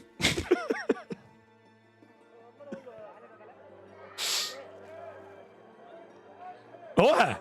Mapfrey! The Swift! So. Level up! Da kriegst du plus 3. Jetzt habe ich mir einfach vor lauter Dingen. Oh Gott. Ja, es ist halt auch kein Unfall. Hat keiner gesehen, ich hab der Mapfrey hat nur 2 Rolls. Hoppala! So, hoppala, kriegst ein bisschen Range Defense und dann mehr geht nicht. Hoppala, hab mich verdrückt. Entschuldigung, dafür kriegst du einen guten Perk, nämlich ebenfalls Student. Also, nochmal. Mittlerweile habe ich es, glaube ich, auch verstanden, wenn jemand Manhunt als Background hat, da so als Hintergrundgeschichte, dann kriegst du den Punkt bei Level 7 schon wieder. Und so kriegen wir ihn erst ab Level 11. Ist nicht schlimm. Ist nicht schlimm. So, it's rolled, what's rolled. Wir müssen Meta machen. Nächster Auftrag. Damit was passiert. It's a real simple sellsword. I have been contracted to deliver some particular cargo to Erlach. Das ist nicht weit weg, das wissen wir mittlerweile. I have the goods, but I don't have the guards. Das heißt, wir sind eine Escort-Geschichte. Über wie viel Geld reden wir da? 30 Kronen und 110 in Nummer bei. Ja, hau her. Hau her, machen wir uns auf den Weg, müssen wir in die nächste Stadt um. Wo war Erlach gleich wieder? Das war eins. Ah! An ambition is fulfilled. Das heißt, unsere erste große Überquest haben wir abgeschlossen. Ah, sehr schön. Das heißt, the company gained renown. Wir haben mehr Ruf in der ganzen Welt erreicht und alle sind eifrig. Außer der Ernst. Der ist in good spirit. Der Flugbison ist sogar euphorisch. Schau hin, alle haben super gut drauf. Erste Quest erledigt. Erste große Quest erledigt, wenn man so will. Ich weiß jetzt eigentlich gar nicht, was wir da kriegen. Doch, weiß ich schon. Sag ich euch dann. So, die nächste große Quest, die kommt dann im Laufe der Zeit, wo sich deine Battle-Brudis dazu entscheiden, oh, wir sollten eigentlich, brauchen wir irgendein Ziel und dann musst du uns auswählen. Wird nicht lang dauern. So, das war wieder eine Easy Escort Quest. And this is for you, Mercenary. Und dann haben wir 110 Sachen gekriegt. Und das finde ich so cool an dieser Open World, wir haben jetzt die Karawane da hingebracht und es hat tatsächlich eine Auswirkung wieder auf diese Stadt, nämlich Erlach ist now well supplied, also gut bestückt. Wie ich. Crowns well deserved. Das heißt, wenn wir mir jetzt da reingängen, dann haben die einen Status, well supplied, und haben 15% mehr Gegenstände zum Verkauf und sie kaufen Items von mir für 10% mehr, verkaufen leider Gottes aber auch Items für 10% mehr. Was uns aber wurscht ist, weil von denen kaufen wir sowieso nichts, aber wir machen mal wieder Folgendes, wir schauen uns das Schädel an und dafür das darf man jetzt 14 kriegen. Das ist nichts. Das ist überhaupt nichts. 14 ist beschissen. Und sagt man auch gleich am Holz, waren wir vorher über 200, jetzt kriegen wir bloß noch 179. Dort zum Verkaufen bringt es überhaupt nicht. So, haben wir wieder einen Quest? Ja, aber bevor wir in den Quest hineinstarten, equippen wir erst einmal unsere Battle-Brudis. So schaut's aus. Sprengi. Und vor allem unsere Flanken brauchen einmal eine bessere Rüstung. Haben wir mittlerweile schon eine bessere Rüstung. Da ist was Schönes droppt und nämlich eine Full Leather Cap. Hat 45 Rüstung, was hat er da? 40. Sprengi, was hast du am Kopf? 20. Das kannst du gleich einmal runter, du kriegst gleich einmal die 45 auf den Dez. So, ist schon mal besser. Was hat er? Er hat gar nichts am Kopf. Dann siehst du, was ist eine Keton Cap? Eine Padded Cloth Cap. Eine gepolsterte Stoffmütze. Hat auch 40 Rüstung, hey, besser wie nix. Aufwerfen jetzt, die ist ein bisschen kaputt, aber die repariert sich über Zeit. Speer ist gut, bla bla bla. Unser Knüppelmann braucht wieder ein Schädel. Da gehen wir jetzt einfach irgendein anderes, das ist mit 95%. Das repariert sich schon wieder. Und auch irgendeine Kopfbedeckung. Die vom Sprengi. Ja, besser wie nix. Ist zwar 20 Rüstung, aber ist ein bisschen was. Ja, haben wir für den nächsten Kampf schon wieder besser. Und da fängt jetzt die Loot-Spirale an. Eine Brudis leveln, Equip sammeln und immer so dahin. Und immer stärker werden und immer mehr werden und so weiter. So. Knüppel haben wir mir irgendeine tolle Wahl. Wir haben eine Hacke gekriegt. Aber wir haben noch keinen Brudi für eine Hacke. Hilft nicht. Haben wir da mittlerweile irgendjemanden, den wir brauchen können? Nicht wirklich. Der Butcher. Was hat denn der so? Minus 30 auf Initiative, der ist paranoid. Nein, das ist nix. Nein, das ist nix. Und an Gottfried haben wir schon einmal angeschaut. Der hat eigenen Scheiß. Minus 5. Weg. Wenn ich da auf Dismiss drücke, dismiss the current recruit. The price of it equals his hiring cost minus the selling cost of his equipment. In other words, it is the same as hiring and then dismissing him. Was macht denn das für einen Sinn? Also dismiss heißt, du bist raus, aber wieso soll ich dafür zahlen, dass er da verschwindet? Ich glaube irgendwie so alle 3 bis 5 Tage oder so wechseln da drin die Brudis. Keine Ahnung. Egal! Wir haben alles durchgeschaut. Nächster Contract. Here you have a nose for finding people, Salsort, for solving problems. Good. I have a task for you. A simple one. Something of great value to me has been stolen. My golden talisman. Und das sind genau die Quests, nach denen wir suchen. Da ist ein Kampf drin. Wahrscheinlich gegen relativ einfache Einheiten. Wunderbar. Wir haben seinen goldenen Talisman gestohlen und wir brauchen ihn wieder. Und was ist es ihm wert?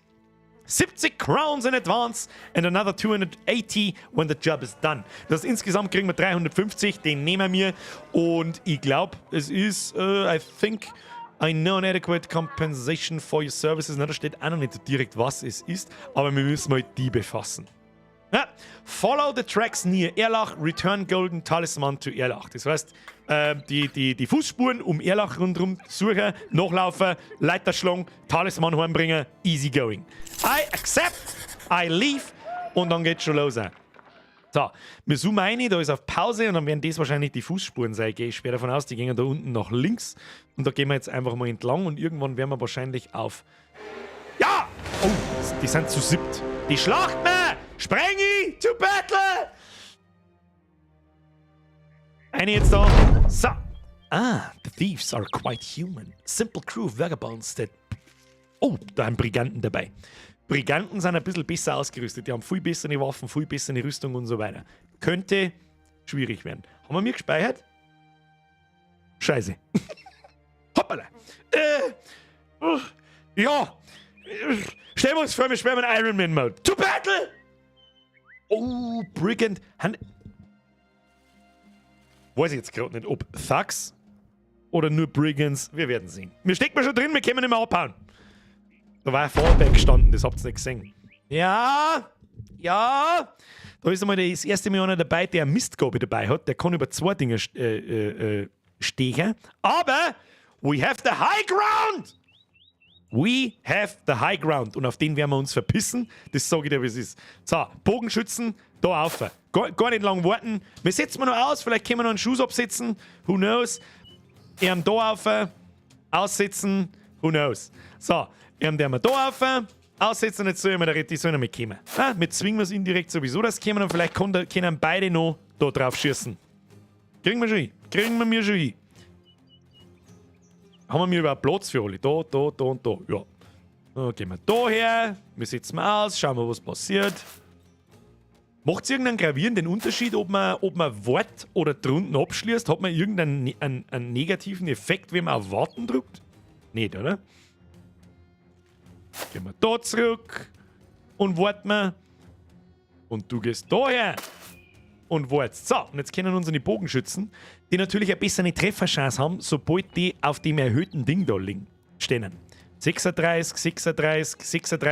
Der hat ein kleines Schädel, dadurch ist die Chance ein bisschen niedriger. 36 ist jetzt auch nicht der Wahnsinn, aber er hat halt auch keinen guten Ranged-Skill. Wen nutzen wir als erstes? Man sagt optisch den Rüstungstypen. Er hat bloß irgendeinen Hader noch, währenddessen er da, ich kenne die Rüstungswerte ja nicht auswendig, aber egal, es ist auf alle Fälle eine bessere Rüstung wie die. Das ist eigentlich so ein Padded Cloth Armor irgendwas. Darum schießt man mir natürlich auf ihn. Gleiche Chance, aber wenn wir ihn treffen, machen wir wahrscheinlich mehr Schaden. Nicht getroffen. Schade. Aber, der Armbruster hat 75% Hitchance. Bist du bescheuert, Alter? Ja, bist du völlig besoffen? Schießt man natürlich auf ihn da unten. Wobei, er kann gefährlich werden. Er hat wieder so einen Knüppel, da kann er uns stunnen damit. Darum fickt man ihn als erstes. Jawohl! Der hat schon mal sauber gesessen. Easy going. Da ist jetzt die Frage. Ich habe nicht aufgepasst, der war relativ früh dran. Das war der erste, der da runtergegangen ist. Wir brauchen keine Aktion. Wir schließen ab. Wir schließen mit dem Brudi ab. Jetzt kommt der noch hinten nach. Der hat die schlechteste Initiative bei den Gegnern. Dann kommt der Sprengi und dann kommen die zwei Nachkämpfer. So, Gegner ist wieder dran. Das war dumm. Wieder denselben Fehler gemacht wie letztes Mal. Ja, sagst du, wie weit, dass die da außen rundum wollen? Das kennt. Oh. Flugbison, nicht fliehen! Nachladen! Du schießt noch mehr auf ihn. 75, 180. Schießt mir lieber auf ihn, vielleicht stirbt er. Wer war das? Bahako, du bist ein Monster. Der Pfeil steckt sogar noch in seinem Hals drin. So, jetzt kriegen wir aber dann nächste Runden sehr schnell ein Problem, wenn er da steppt. Ich glaube, bis daher kommt er nicht, aber bis daher kommt er. Darum muss sich unser Bogenschütze schnellstmöglich verpissen. So, was tut unser Spearman? Unser Spearman macht einmal einen Shield Wall und sticht einmal zu. 69. Er hat weniger Rüstung, da sticht meine. Ja, getroffen, wunderschön. Unser Bogenschütze geht jetzt einmal da hinten oben, bis er weg halt, und kann noch einen Schuss absetzen. 22%, 26%. Ja, das sind nicht Scheiß-Skills, gell? Ist nicht fake, da geht nicht fake. 26, 30. Schießt mal auf ihn. Wow! Getroffen! Da schau hin! So, dann haben wir schon wieder da auch. Der kann über 2 Fädel stechen. Der sticht daher, der sticht den Sprengi, der sticht daher. Darum, jetzt wird angegriffen. Sag ich dir, was ist. Kann man uns natürlich da einstellen, dann können sie beide nicht mehr bewegen, oder wir gehen einfach einen Schritt runter und sticht man zu. Ja, und schon ist er Breaking, ist er schon für den Arsch auch. So, Sprengi, wem trischst du den Kopf ab? Wir müssen den da irgendwie aufhalten. Das wird aber er machen. Darum geht der Sprengi straight da in die Mitte hinein und spaltet den Schädel! Ich liebe es. So, und der Ernst? Ist der Ernst krass? Ist der Ernst ein guter Startbrudi oder mittelmäßig? Weiß man nicht, gell? Egal. Wir halten da beide auf. Zack. Kann nicht mehr zuhauen, aber er kann sich nicht mehr bewegen. Er gilt als Surrounded. Normalerweise gilt er als Surrounded? Nein, weil er einen Freund neben sich hat. Egal. Neue Runde! Schwertmann ist dran. Sprengi! Sprengi ist ausgewichen. Der Sprengi ist brutal. So, einen Schritt nach vorn, nachladen, dann kannst du gleich noch mehr eine Zimmer kriegen. Oder mit 80. Scheiß Armbrüste. Die scheiß Armbrüste haben ganz schön stark und zielsicher. Die spüre ich in meine Spiele normal nicht oft. Ich habe immer Bögen, weil ich einfach Freund bin von zweimal Schießen. Weiß nicht. Ja, dann schießt man da eine. Der ist schon Wavering. Einfach ein Helm aber geschossen. Er ist breaking. Easy going. Bogenschütze. High Ground. Schießt noch gleich eine neue. Hat er schon 44%. Besser wie vorher, aber egal. Da schau hin. Da schau hin! Ah! Nein! Wer hat aufs Maul gekriegt? Der Flugbison. Nein, der Ernst! Ah! Ernst! Meinst du das ernst? Ja, umzingelt mir's. Ran! Zusteher. Was war das jetzt für eine Chance? Habe ich nicht geschaut. Kommen wir im Nachhinein. Da oben. Und zwar, Marvin der Vogel uses Thrust and hits Brigand Thug. 95% Chance. Was bitte? Warum hat der 95% Chance? Das schauen wir beim nächsten Mal. Das steht ja drunter, was da die Boni sind, warum er so eine gute Treffsicherheit hat. Egal. Auf alle Fälle kann man da nachschauen. Die Chance ist 95 und wir haben gerollt. Wird im Hintergrund aber eine Chance ausgerollt. 49. Also da muss man schon gescheit viel Pech haben, dass man 96 und her wirft, dass man nicht trifft. Und dann wird halt ausgerechnet, triffst du den Kopf oder die Brust und machst du dementsprechend Schaden. Anhand der Werte von Brudi und Waffe. So, genug philosophiert. Runde beenden. Nicht Runde beenden. Der Ernst! Ernst! Müssen wir einsteigen. 72% stiegen zusammen! Stieg mal ein mit da ein, das ist mir wurscht. Zwei mit Schädel droschen, du Trottel. So, Sprengi, du musst ihm jetzt leider einen Kopf abhauen, das hilft nicht. Ja, das wollte ich, genau, das wollte ich sehen. So, einen Schritt nach vorn, easy, er ist am Fliehen. Das Problem wären die zwei da unten, die haben noch ziemlich fit. Das sagt er ich. Darum gehen wir mir jetzt, da kann er bis da 4. Da kann er. Es wird wahrscheinlich von da der Winkel nicht gelangen, dass ich nimmer aus Versehen in Ernst einschieße. Aber der Ernst ist eh nicht so. Der Ernst ist. Der Ernst ist nicht so wichtig. Darum machen wir das jetzt so. Da gehen wir da durch und schießen wir den zusammen und hoffen wir, dass er da herunten Breaking wird. Nein! No, oh, der Flugbison ist. Das sind unsere anderen zwei zugekauften Bros. Das ist nicht so gut. Die sind am Fliehen. Bruder, die sind am Fliehen. Nachladen. Er ist auch am Fliehen, der interessiert uns nicht, aber was mit denen da herunten? 16%, 67%. Den müssen wir nicht einzimmern. Das hilft nicht, können wir noch einen Schritt gehen bis dahin. Scheiße. Ich glaube, ist das netter Droh oder nicht? Das probieren wir jetzt einfach aus. Man sagt übrigens immer einmal, wenn ich einmal draufklicke, dann sehe ich, okay, es darf mich da herunten 2 Action Points kosten und ich kann danach noch schießen. Weil das Symbol da aktiv ist. Wenn ich einen Schritt weiter gehe, kann ich von da aus nimmer schießen. Deswegen klicke ich manchmal da so einzeln umeinander und schaue, was passiert. Ich kann natürlich nicht schauen, ob dann die Treffsicherheit besser ist. Ich glaube aber schon. Weil es einfach ein Stück netter Droh ist, das werden wir jetzt ausprobieren. Und zwar, wenn ich jetzt drauf schießen darf, haben wir 67. Und da haben wir immer noch 67. Warum? Weil die Distance, also die Entfernung, immer noch 4 Fatal ist. 1, 2, 3, 4. 1, 2, 3, 4. Also egal, wie wir es da irgendwie hindran. Egal. Hauptsache wir können schießen. Schießen wir mal eine auf und hoffen wir, dass er abhaut. Er hat Schaden gekriegt, das ist natürlich super. Aber jetzt machen wir erstmal Folgendes. Er da herum, kann sich der da dazwischen einsteigen? Jawohl. Wer ist das? Marvin, du musst das aufhalten. Steht jetzt da unten. Nein, er kann dann nichts mehr da, aber er soll bloß die Typen aufhalten, dass meine Ranged angreifen. Zack, stellt sich da einer. Und der Sprengi verursacht mal kurz Angst und Schrecken. Und köpft hoffentlich den Typen. Warum hau ich jetzt den Typen und nicht die zwei da herunten, also geh rundrum und hau ihm ins Knack? Weil, wenn der stirbt, hat er da herunten einen Moralcheck zu machen und jetzt ist er Breaking. Trifft schlechter, wir treffen wir besser. Genauso wie mit ihm. Bei ihm hat der Moralcheck leider Gottes hingehauen. Egal. Und der Sprengi kann nur einen Schritt gehen. Vielleicht kriegt er jetzt seinen Moralcheck, weil die surrounded werden.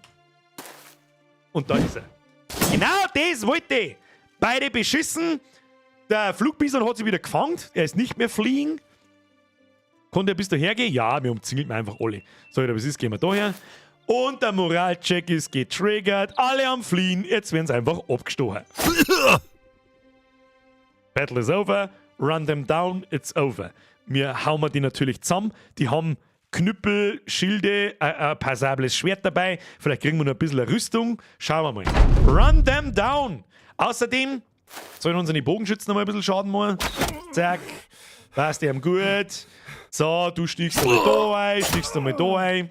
Da gibt es auch Taktiken, wie man gezielt machen kann, dass die bestimmte Rüstungsteile fallen lassen oder die Wahrscheinlichkeit her ist, wenn du es mit dem Dolch abstichst. Die ignorieren Rüstung und wie man schon sagt, ich habe ihm jetzt zum Beispiel seinen Kopf runtergehauen. Dann kann er auch nicht droppen, ist eh klar. Wir machen jetzt nachladen. Kann ich von da noch schießen? Nein, kann ich nicht. Gut, der Armbrust. Wobei, der Armbrust, das soll ich schon noch behaken. Du brauchst XP. Ich sag das, was ist, du brauchst XP, darum schießt du jetzt einfach. Mit 17% brauchst du nicht schießen. Gehen wir mal da oben. Machen wir so. Da spreng ich kann XP immer gut brauchen. Einzünden den Shell. Jawohl! Oh, mit dem Dates. Ah.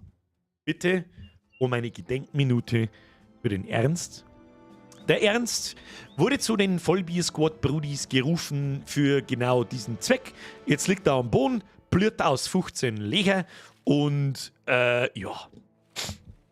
Was ist das? So. Wir haben einiges bekommen. Wieder eine Hacke. Das ist mir eine Brustrüstung mit 65. Schau hin. Ist das vielleicht ein Ernstseine oder haben wir die von einem Gegner? Weiß ich nicht. Und auch nochmal einen Kopf mit 45. Der ist mit Sicherheit besser wie einiges, was wir haben. Dann haben wir einen, was ist denn der Bulgen? A spiked metal head on a wooden shaft. Crude but effective in bashing heads. Das ist ja der Hammer. Oder? Es ist der Tier 1 Hammer oder der Tier 2 Hammer. Wahrscheinlich. Der Mace ist ein Knüppel. Egal! Loot! Loot ist Loot. Ah.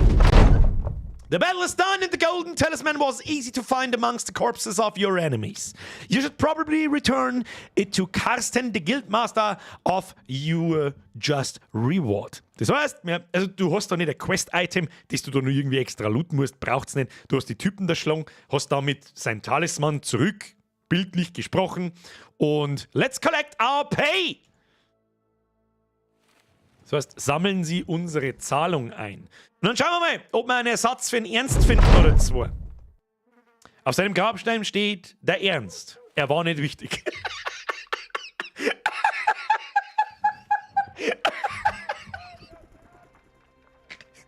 Der ist grandios. Der ist wirklich grandios. Auf seinem Grabstein steht der Ernst. Er war nicht wichtig. Sehr schön. Sehr schön, Mr. Pax Prax. Kriegst von mir, wenn ich den Chat liken kann, darf ich jetzt liken. So, jetzt auch hier mal. Alle Twitchler um mich auf YouTube like da lassen, alle auf YouTube like da lassen. Wer das nicht macht, der nimmt die Sache nicht ernst. Und ist nicht wichtig. So. Crowns well deserved, Hammers, passt. So, schauen wir mal nochmal in die Stadt hinein. Können wir irgendwas verkaufen? Nicht so wirklich. Nicht so wirklich. Wir sortieren mal die Items ein bisschen, schauen wir, was wir gekriegt haben. Einen Haufen Schädel und so. Können wir eigentlich nicht brauchen.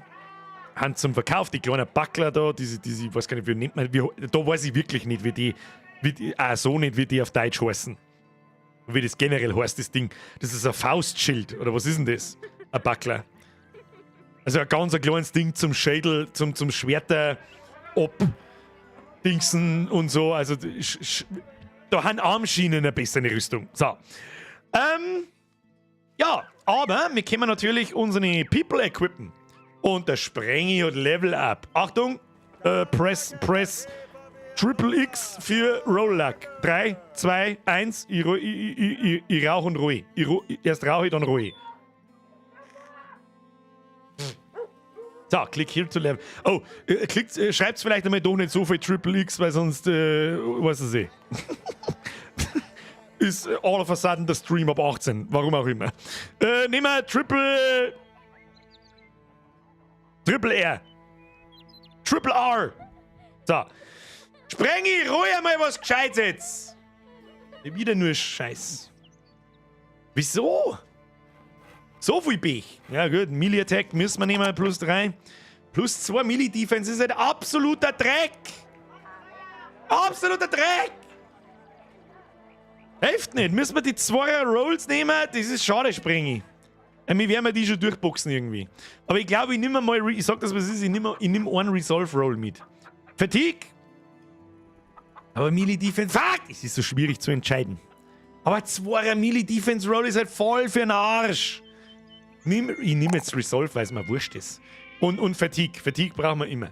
Immer Fatigue, rein ins Viech. So, jetzt wird's interessant. Jetzt haben wir schon ein bisschen mehr Perks zur Auswahl, was da irgendwie wichtig sein könnte.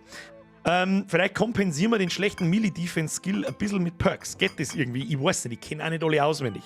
Brawny ist oft den Frontliner gesehen. The Fatigue and Initiative Penalty from wearing Armor and Helmet is reduced bei 30%. Das heißt, je schwerer deine Rüstung ist, steht immer dabei, Maximum Fatigue minus 6. Das ist noch gar nichts, so später steht da minus 20 und so. Der wirkt sich auf deinen Fatigue-Wert aus. Sagt man ganz schön, wenn man einmal das Zeug auszieht. Er hat dann 105 Fatigue. Ja, das ist unendlich, das ist gut. Aber sobald er Rüstung hat er bloß eine 99.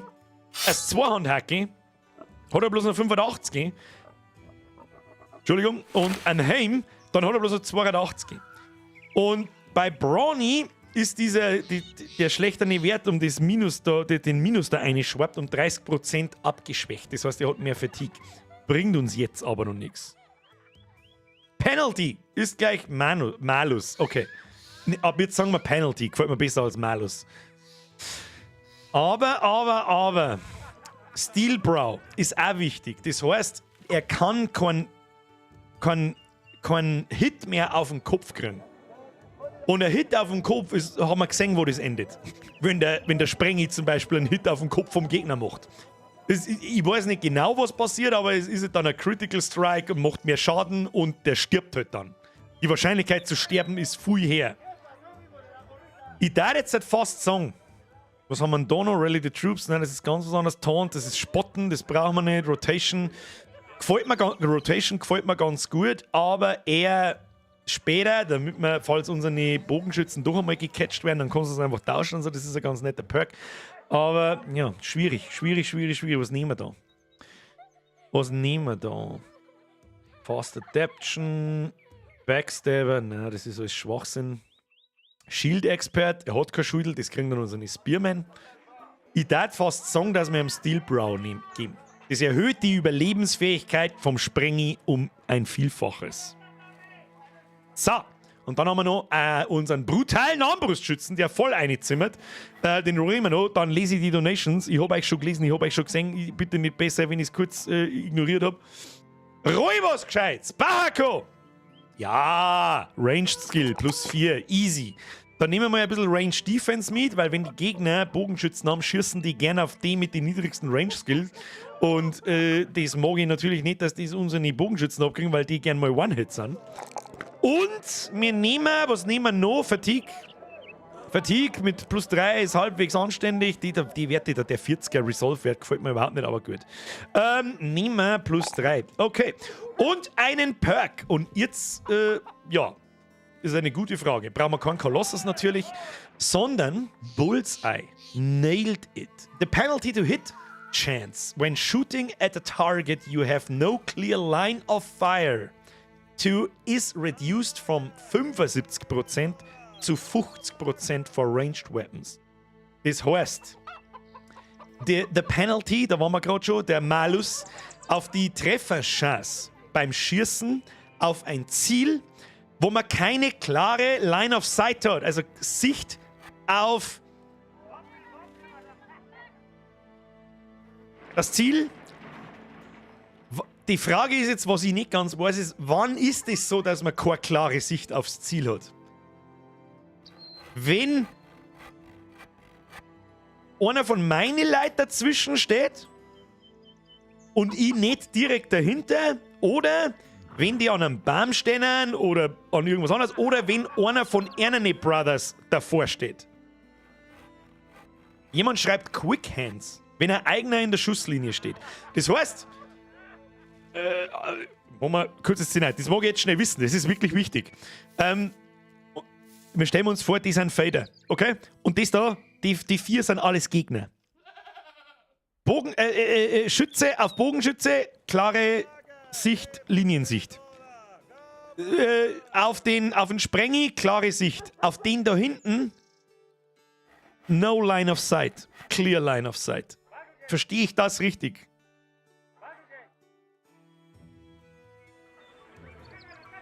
Und was ich jetzt noch zusätzlich wissen will, es kommt sehr oft vor, vor allem beim Armbruster. Angenommen, die zwei der mal weg. Er ist ein Gegner. Er da, der Sprengi die Hacke ist der Gegner. Und der Marvin ist unser Bro. Gilt das schon als Line of Sight? Oder als no clean Line of Sight, wenn da einer von mir irgendwo dazwischen steht? Ist das nicht egal?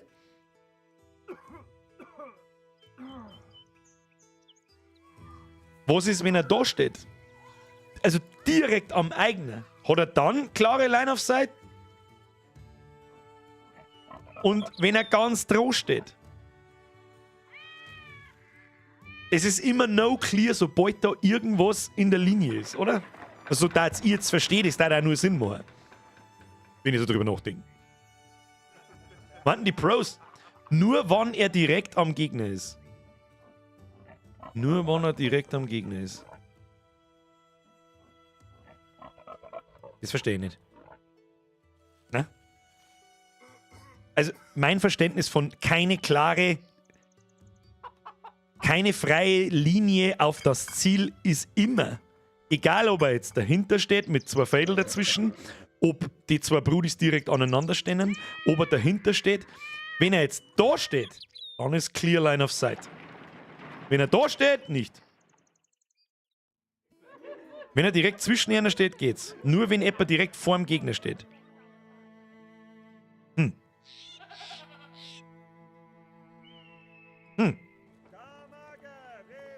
Das kommt schon oft vor. Vor allem, wenn die Gegner Fernkampftypen haben. Möchte ich auf die Fernkampftypen schießen. Und wenn die Hitscheiße ist natürlich immer beschissen, weil da immer Frontliner da vorne stehen. Immer. Sag das, was es ist. Bullseye. Bullseye, das! Die müssen als erstes sterben. Dann brauche ich mich vor denen nämlich nicht in den Tosen scheißen. Sag ich dir, was es ist. Sag ich dir, was es ist. So, Spearman. Wir brauchen einen Ersatz für den Ernst. Wir brauchen einen Ersatz für den Ernst. So schaut's aus. Haben wir vielleicht irgendeine Rüstung, die wir austeilen können? Ich glaube schon. Nämlich diese Leather Caps. Da haben wir bei 40, da haben wir bei 45. Ist schon mal Epsi. Und bei Ermt Rüstung ist nur 20 und da ist 65. Schau her. Und schon haben wir ein bisschen abgegiert. Das nächste Mal halten wir ein bisschen mehr raus. Jetzt ist die Frage, wir brauchen einen Battle Brother. Ich sag das, was ist. Wir müssen jemanden einkaufen. Mindestens einen. Schauen wir mal, was da gibt. Da waren wir schon. Da gibt es keine Contracts mehr, hilft auch nicht. Jetzt haben wir wieder genug philosophiert, um Gottes Willen. Wir gehen jetzt nach Blankenstadt in die Hauptstadt oben und schauen mal, ob es da Bros zum Kaufen gibt. Und dann machen wir noch ein... Es ist wie spät, bitte.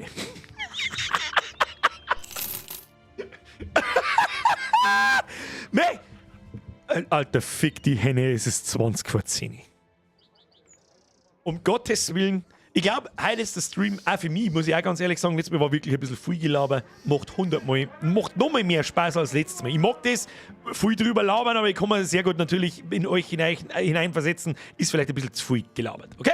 So, wir brauchen, schau, wie es da zugeht, da gibt's die Trainingshall. Weißt du, was ich dir sage? Ist ein bisschen teuer, gell? Ist ein bisschen teuer. Jetzt brauchen wir erst einmal... Was brauchen wir jetzt erst einmal? Eins nach dem anderen. Wir brauchen einen Brudi. Was haben wir denn da? Da haben wir einen Swordmaster. Der kostet ein bisschen viel. 3400, können wir uns nicht leisten. Dann haben wir Retired Soldier. Das ist auch ein bisschen teuer, können wir uns nicht leisten. Was haben wir da? Ein Harrybert. Was ist das da? Ein Servant. Nein. Oh, da haben wir nochmal einen Thief. Jetzt pass mir auf. Ja, das macht auch wieder überhaupt keinen Sinn. Der hat einen Bonus auf Melee Attack und Range Attack. Das macht keinen Sinn. Was haben wir da? Ein Daystailer. Was hat denn der Daystailer so? Oh! 2 Sterne auf Ranged Attack, 1 Stern auf Ranged Defense und 1 Stern auf Fatigue. Eine gute Initiative zwischen 100 und 110. Für meine Verhältnisse zumindest. So glaube ich das zumindest. Das könnte doch ein guter Armbruster sein. Hä?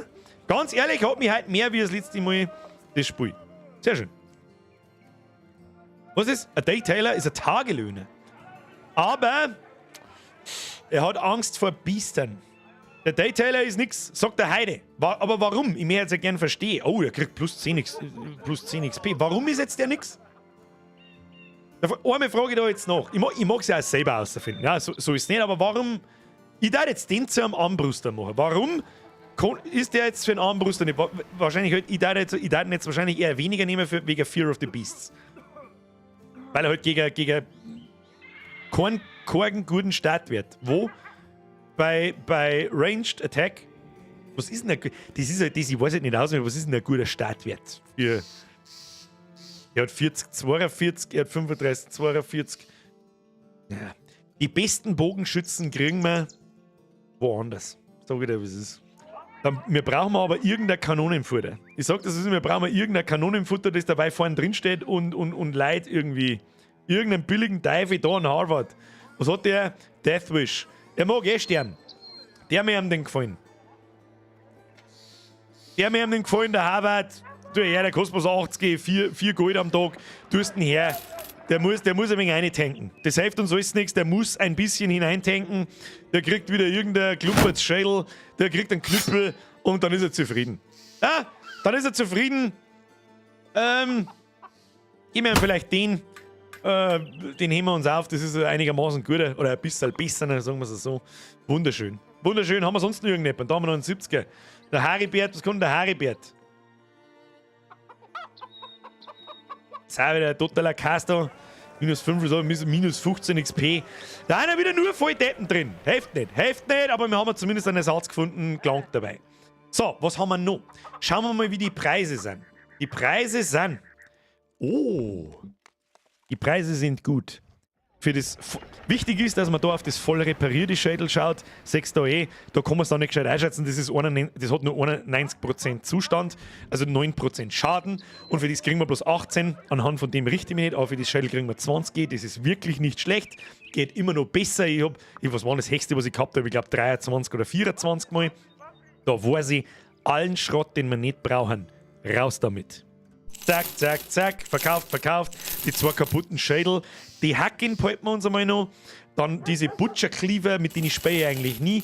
Dolche behalten wir uns noch. Die können wir vielleicht noch brauchen mit einer speziellen Taktik. Und die Tier 1 Waffen verkaufen wir auch mal.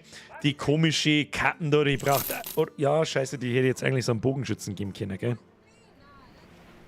Scheiße! Egal, da findet man noch 25. Und die komische Monk's Robe, was haben denn unsere Bogenschützen eigentlich? Oh, 55, 20 und was hat die da? 20. Ja, egal. Egal, weg damit. Speer können wir vielleicht noch brauchen. Das Kurzschwert, nein, die Pickaxe brauchen wir nicht, das brauchen wir nicht. Und dann schaut doch, das verkaufen wir noch. Und Bandages brauchen wir auch nicht. So. Das schaut ganz gut aus. Quality Wood. Haben wir gekauft für 164, können wir jetzt verkaufen für 247. Das darf mit Sicherheit noch besser gehen. Aber die verkaufe ich jetzt, dann kriegen wir instant 500 Gold. So. Warum haben unsere Ember Shards so wenig wert? Weil die selber Ember Shards zum Verkaufen haben. Und das noch ziemlich teuer. Da sagt man jetzt, die haben normal 260 wert. Was haben wir mir gezahlt? 277. Und da kann man es kaufen für 343. Quality Wood für Quality Content, Mr. Wolf, ja sicherlich. Ja, sicherlich. So, stattdessen schauen wir mal, werfen wir mal einen Blick da oben auf die Nahrung, unsere Provisionen. Wir haben ja fast out of provisions. Das heißt, wir müssen ein bisschen was zum Essen kaufen. Ich kaufe immer das Billigste. Leider Gottes ist das überhaupt nicht billig, weil normal kosten diese Samendinger, die Sackel, bloß 50. Aber dann nehmen wir jetzt einmal einen mit. Oder wie viel haben wir da noch? Ja, da gehen wir in die nächste Stadt. Sag ich dir, was ist, da gehen wir in die nächste Stadt. Da gehen wir in die nächste Stadt und unser Schädel heben wir uns natürlich auf als Indikator zum Wissen, haben die Preise gut oder nicht. Haben wir irgendwas an Rüstung, was wir vielleicht kaufen können? Schauen wir mal. Was haben denn die so? Die führen gerade Hexungen durch, ja. Hexenverbrennungen durch. Das heißt, sie haben 25% mehr Essen zum Verkaufen. Warum auch immer. Aber es kostet halt 15% mehr und Witch Hunters are more likely to be available for hire. Ich weiß nicht, was Witch Hunters genau kennen, also Hexenjäger, da das jetzt übersetzen frei. Aber egal. Wir nehmen einen Contract an und hoffen, dass wir irgendwo in der Nachbarstadt müssen und schauen wir da. contract available. Have you ever lost something you loved? Perfekte Quest. There was a girl. No, not some woman. More important, because I have. Thieves stole my rare coin collection. Seine Münzsammlung haben sie gestohlen. Das ist natürlich nichts. Eine ähnliche Quest wieder. Die beste Quest, die es am Anfang gibt. Die nehmen wir. Was kriegen wir? 60 Crowns in advance und another 260 when the job is done. Da darf ich jetzt sagen, jetzt werden wir einmal eine verhandeln. Vielleicht kriegen wir ein bisschen mehr. Stirbt schon keiner. Zack. 70, 270. Ein bisschen mehr. Ein bisschen mehr. Ist okay. Ist okay, nehmen. Haben wir mit Sicherheit nicht recht viel Ruf verloren, wenn überhaupt. Und I accept this contract. Und dann müssen wir eigentlich nur follow the tracks southwest of Blankenstadt. Werden eh schon angezeigt. Jetzt gehen wir da oben und dreschen wir die Typen über den Haufen, das sagt ich. Der Kontrast von Warhammer 40k Dark Tide ist schon irgendwie heftig. Wie meinst du, der Kontrast? Warhammer Dark Tide haben wir noch nicht gespielt. Jetzt muss ich erst mit Donations mal kurz vorlesen. Kenny Keks. Merci Birkwelt für die Game-Empfehlung. Hab seit letzten Mittwoch kein Leben mehr. Das sind halbe Sachen. Herr Kenny Keks, erstmal merci für den Drilling. Das sind halbe ganz wichtig. Ich will weder von denen Zeit noch irgendwas. Das ist keine Werbung. Ich mag das Spiel einfach selber. Die meisten wissen es mittlerweile. Bei sowas habe ich keine schlechte Gewissensbisse. Muss ich ganz ehrlich sagen, wenn jemand dann in seine Spiele reinsuchtet. Viel Spaß damit. Dr. Schulz, merci für den Euro. Das erste Mal seit Ewigkeiten mal wieder in einem Stream. Gestern im Studium meine erste Modulprüfung gehabt, morgen die nächste und in 5 Tagen noch eine. Was tust du denn da? Der Stream ist mal wieder eine nette Ablenkung. Psychologe für ein Vollbier. Studierst du Psychologie? Das ist nice to know. Komm mal brauen. Komm mal brauen. Nicht immer, aber komm mal brauen. Merci dir. Alfons mit Shotgun, ich hoffe, du bist noch da. Merci für den 10er, das ist zu viel. Servus, endlich habe ich es zum Stream schauen. Da hat das Wort geschafft, glaube ich. Alfons, Fons, merci dir. Herr Lutz, merci für den 10. Hallo Birger, Grüße aus Frankreich, das habe ich noch gelesen, das weiß ich noch. So. You're in Camp. Jetzt müssen wir wieder, wie ich es vorher schon gesagt habe, so eine All-Over-Quest auswählen. Was unser übergeordnetes Ziel ist, neben den ganzen anderen Sachen, wo wir durch können, was wir wollen. Und zwar, we need a battle standard. Also eine Kriegsstandarte. So ein Ding da wie da rechts oben, ja, das wo einer hinterher hält, das ist ganz cool, was das genau kann. Brauche ich jetzt nicht erklären. Kostet aber 2000 Kronen, also 2000 Gold, mag ich jetzt nicht. Let us set out into the wilderness, discover the unknown and plunder it. Be it a wizard's tomb, Goblin Camp or aught else we may find. Also in die Wildnis, das ist der Schattenbereich, der Nebelbereich.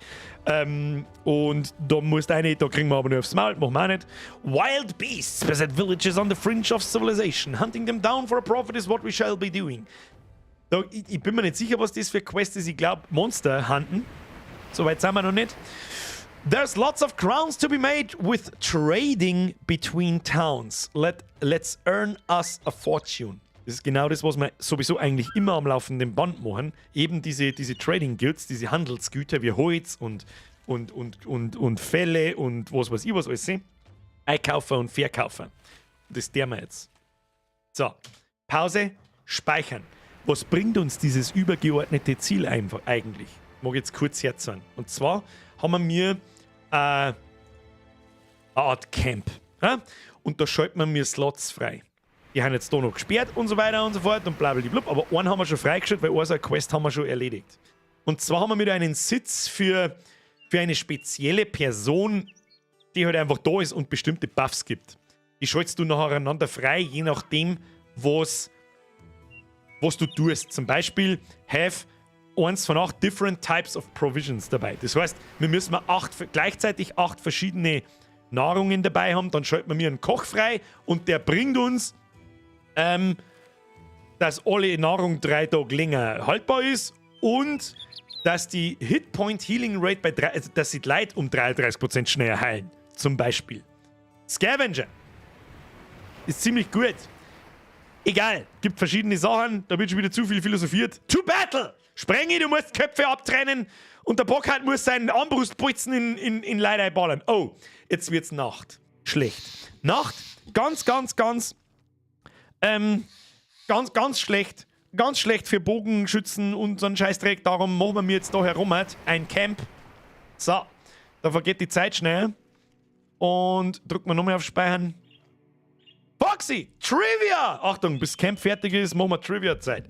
Bis 1780 wurden etwa 50.000 Menschen in Europa als Hexe oder Hexer verurteilt und verbrannt. Das wäre schon hart, oder? Hexenjäger waren vor allem in Schweden bekannt, die sogar Kinder als Hexen entlarvt und verurteilt haben. Die Schweden wieder. Die verdammten Schweden. Und fürs andere leibliche Wohl. Plus 110% Entspannung. Was? Fürs leibliche Wohl. Lol, Hey Birger, hast du einmal vor, Pathfinder Wrath of the Righteous zum Zocken streamen? Das habe ich sogar off-streamen. So. Ich weiß nicht, ob so, das dauert zu lang. Da müssen wir, das sind auch so Spiele, die müssen wir eine ganze Woche durchstreamen. Und ich glaube, das ist nicht ganz ins Konzept passend. So. Jetzt die Fußspuren da nachher. Da unten krebsen sie irgendwo an. Die kennen da, Thieves! 7 Stück wieder. Das haben mit Sicherheit wieder irgendwelche Brigand Thugs. Denen werden wir schon sagen, wo sie wohnen. Da, you can catch up brigands lugging your employer's property around. Bla bla bla. To arms! Many brigand thugs. Engage! So, schauen wir, wie wir ausschauen. Wir schauen mal aus. Es gibt dieses Mal keinen High Ground. Sie haben, und die Zweihand-Hacke. Nicht gut, nicht gut. Zweihand-Hacke einfach nicht gut. Wir setzen erstmal aus und lassen wir es einmal herkommen und dann schießen wir erst einmal, ich weiß das eh. Ja, Armbruster, Wort genauso. So, kommt mal Vierer da. Kommt mal bitte in Vierer da. Ja, so ist brav, so ist brav. Jetzt ist die Frage, die haben alle vor ihm dran in der nächsten Runde. Endet mein Sperrwahl, wenn die Runden gar ist, oder erst, wenn er wieder dran ist? Das mag ich jetzt nicht im Chat beantwortet haben, das werden wir rausfinden. Und zwar gibt es jetzt einfach einmal die Spearwall und den Zug beenden. High Ground ist im Ecom, ich hab ihn schon gesehen, den High Ground da irgendwo, bis wir da oben dabei gedreht. Und selbiges hier, die sind alle noch mit dran, bevor er dran ist. Spearwall, damit die da nicht herkommen. Das ist, haben wir letztes Mal schon den Fehler gemacht. Der Knüppelmann, das ist unser Verhorzer, das ist der Harvard, der, weiß ich nicht, der stirbt sowieso. Der stirbt sowieso. Da, Sprengi, du bist wichtig, du sitzt das einmal aus und schaust einmal, was passiert. Aha, da gibt's ein Zweihand-Axt-Duell, hab ich schon gesehen. Hab ich schon gesehen. So, die machen irgendwie nicht den Eindruck, als wären sie da unten rundum. Sag ich dir, was ist. Ich gehe jetzt trotzdem da einen Schritt auf, damit wir ein bisschen besser deckt sind. Sag ich dir, was ist. Und einen Schuss machen wir 4 auf den, wo ich am meisten Angst habe, nämlich dem Zweihand-Hack-Typ. Das ist nicht so gut. Oh ja, fucking One-Hit! Bruder, was ist mit dir? Map-Friday Swift? Oder einfach... Headshot, Alter. Was sollst du da dazu sagen? Weiß ich nicht. Wie schaut's bei dir aus? Bahako? Machen wir noch einen. 68% to the face. Ja, gut. Nachladen.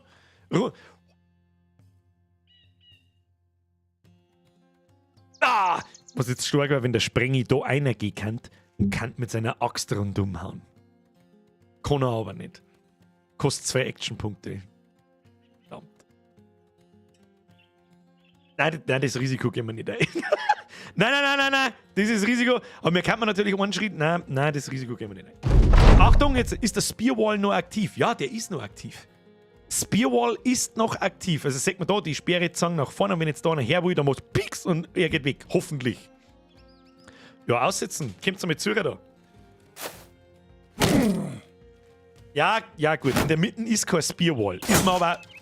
Die Spearwall hat nicht funktioniert. Verdammt, weil der mit dem Schädel eingecharged ist.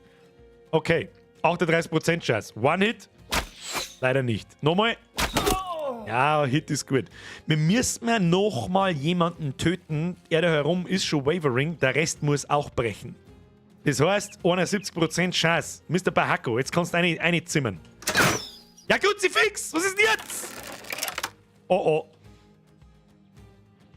Ja, Sprengen, dann musst du regeln. 73% Chance. Ober mit dem D, jetzt hat keinen Helm auf. Press F für den Sprengi. Sprengi ist brutal. Beim Sprengi liegt es so schnell keiner auf, sagt er, was ist. So, was ist? Ist schon gut. Was ist mit ihm da oben? Naja, gut, er kommt natürlich einer. Gut, jetzt ist er wieder dran und dann verliert er sein Spearwall. Das ist wichtig zum Wissen. Sehr wichtig zum Wissen. Oder zum Verinnerlichen besser gesagt. Wir aktivieren wieder die Spearwall. Wir aktivieren sonst nichts und weiter geht's. Er da herum braucht kein Spearwall mehr machen, weil von da außen rundum keiner mehr kommt, da bin ich mir sicher. Deswegen stechen wir mir einfach rein. Einmal getroffen, sehr schön. So, jetzt ist die Frage. Vor dem Hacke habe ich ein bisschen Angst, sage ich dir, wie es ist. Wenn es dann man besser. Wir haben noch eine Aktion frei, ein Knockout, den unteren 44%, 30%, weil der das Schädel oben hat, also der hat einen Shieldwall oben und er hat das Schädel zwar in der Hand, es gibt auch schon Malus auf Trefferchance, aber er hat es nicht im Shieldwall, darum hofft man, dass man treffen. Der ist ja die Runden eh nicht mehr dran. Haben wir eh nicht getroffen. Wir kommen nochmal. Und jetzt haben wir ihn getroffen. Schön, die Spearwall! Spearwall! Jawohl! Wer ist das? Der Flugbison! Flugbison, du hast... Ja! Da fällt sie zusammen, die Spearwall. Aber sie hat schon funktioniert. Ja, es stehen ja nicht 3 Leute um mich rundum, sondern bloß einer. Und jetzt nehmen wir den Bogenschützenseppen und schauen wir mal, wo wir da reinballern können. Nirgendwo gescheit. Das passt mir schon wieder gar nicht. Mit 25% Chance. 1, 2 mit daneben. Super. Was ist mit dir? 66% Chance, aber der hat ein bisschen Verrüstung und das Schädel. Ja, und das ist jetzt das Line-of-Sight-Ding. Wenn ich auf ihm da hinten schießen möchte, den kann ich einfach umbringen. Wenn ich jetzt da runtergehe, gut, das dann als Line-of-Sight? Ich glaube schon. Darum, aber wenn ich da jetzt runtergehe, dann kommt die nächste Runde der da und fickt mich. Darum gehen wir da auf und schießen wir da ein, obwohl wir eine schlechtere Chance haben. Und treffen wir trotzdem. Sehr gut. So, sprenge, es ist mal wieder Zeit, irgendjemand. Oh, ich komme nach vorn. Der ist ja gestunt. Wichtige Information. Wenn die Runde gar ist, geht der Stun nicht weg, sondern erst, wenn der wieder dran ist. Und jetzt gehen wir das Risiko ein. Dass wir ihn treffen. Flugbison, sagst denn du da dazu? Flugbison, bist bereit? Bist bereit, dass der Sprengel seine Axt durch 3 Leute durchschwingt? Flugbison, bist du noch da? Patrick, merci für den Zwickel und den Euro. Schluss mit Donaten jetzt. Bison, wo bist denn? Flugbison! Wehe, ich hab nach dir einen Spieler benannt, du bist nicht mehr da. Was ist da los? Wo ist denn? Wo ist denn? Wenn er nicht da ist, dann...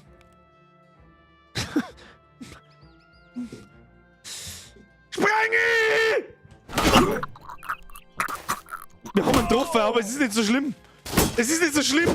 Dafür wird der Sprengi jetzt ordentlich malträtiert wahrscheinlich.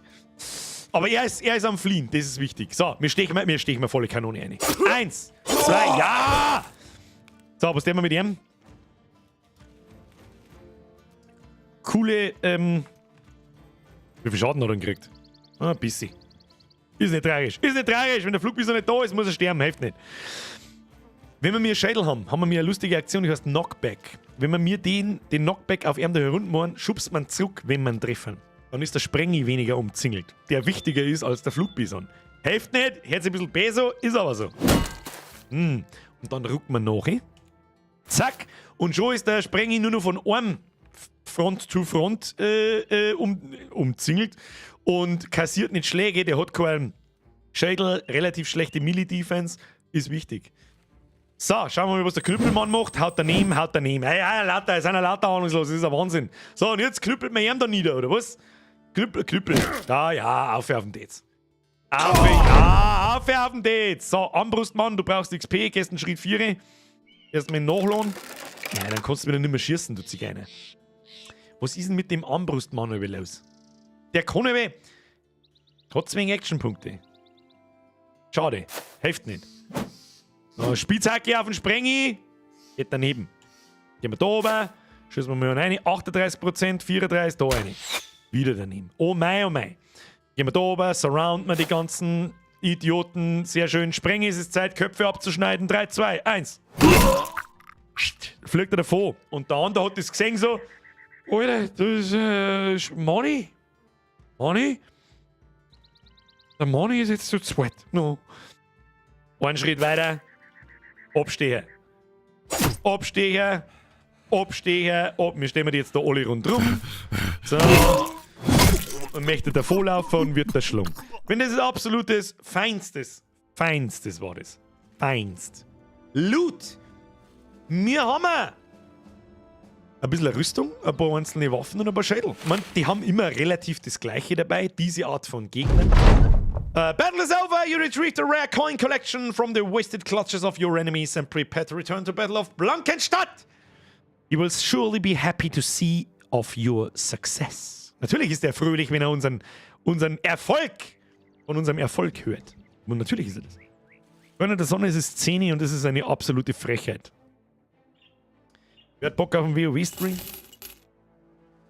Kann ich schon einmal vorwarnen. Wenn ich am Freitag nicht zum Essen gehe und ich bin momentan so hart angesuchtet, dass ich dieses eine Setteil speziell entweder Brust oder Kopf brauche. Dass wir am Freitag einen Community Raid machen. Erstmal auf Normal, schauen wir mal, wer da so kommt. Blablabla. Der Raid dauert, wenn wir anständige Leute dabei haben, haben wir auf 2 Stunden durch. Ich kenne die Bosse einigermaßen als Healer und kenne es einigermaßen und als DD kenne es einigermaßen. Kommen wir noch Battle Brothers dazu. So, 270 Kronen, Crowns, well deserved. Sehr schön. Freunde der Sonne, da sind wir.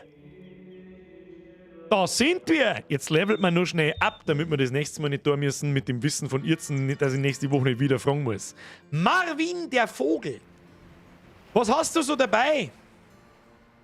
4 Fatigue. Alter, nehmen. Aber Melee Defense ist ein bisschen kacke, aber müsst man eine skillen, das hilft nicht.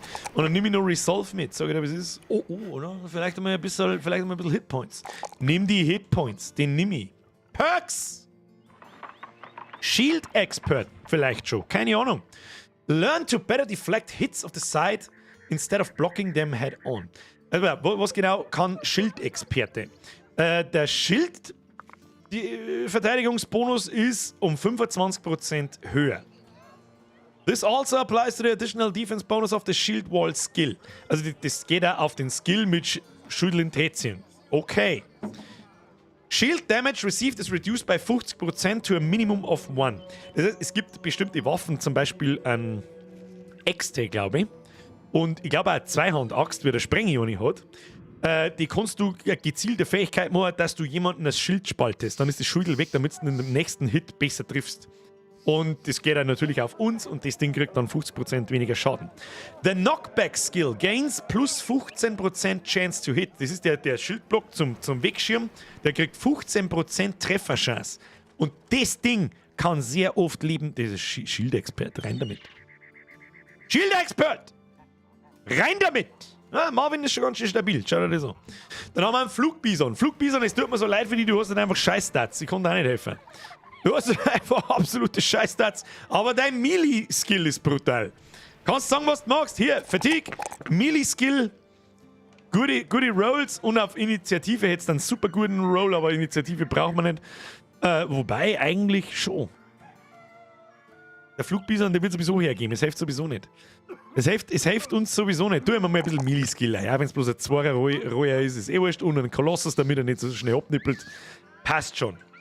Da, und dann haben wir einen Mapfrey, der leider wahrscheinlich nie zum wirklichen, wie soll ich sagen, zum wirklichen Bogenschützen heranwachsen wird, weil er vorher sterben muss oder gehen muss oder wie auch immer. Aber wir geben dir genauso als Bullseye für mehr Hitchance. Und jetzt rollst was Gescheites. Oh, plus 4 auf Ranged Skill. Okay. Plus 5 auf Initiative. Den nehmen wir jetzt einmal mit. Und wir nehmen noch Resolve mit unter 40, finde ich sehr niedrig. Deine Hitpoints sind sauhau. Das ist ein bisschen komisch.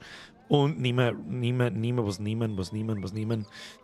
Ich sehe ganz selten, dass Bogenschützen irgendwie an die Fatigue-Grenze kommen, außer sie kommen in Nahkampf. Dann ist es ziemlich schnell vorbei, aber das wenn passiert, dann sowieso tot. Nehmen wir Resolve. Easy! Freunde der Sonne. Haben wir jetzt einigermaßen besser mitgekriegt, warum das Spiel gegebenenfalls süchtig macht? Kroch-Sepp, was tust du denn? Warum denn? Herr Kroch, merci! Ich habe ich muss morgen wieder hacken für Freitag. Was für Freitag? Gell, keiner will. Hä? Also das ist für Freitag. Du Zipfe an. Bestecht's mir nicht. Bitte bringt mich nicht in Versuchung. Nein. Ich erkläre es gleich noch etwas ausführlicher, was wir eventuell am Freitag deren, wenn überhaupt und sowieso. Ein großes Bussi aufs Nussi, Dankeschön.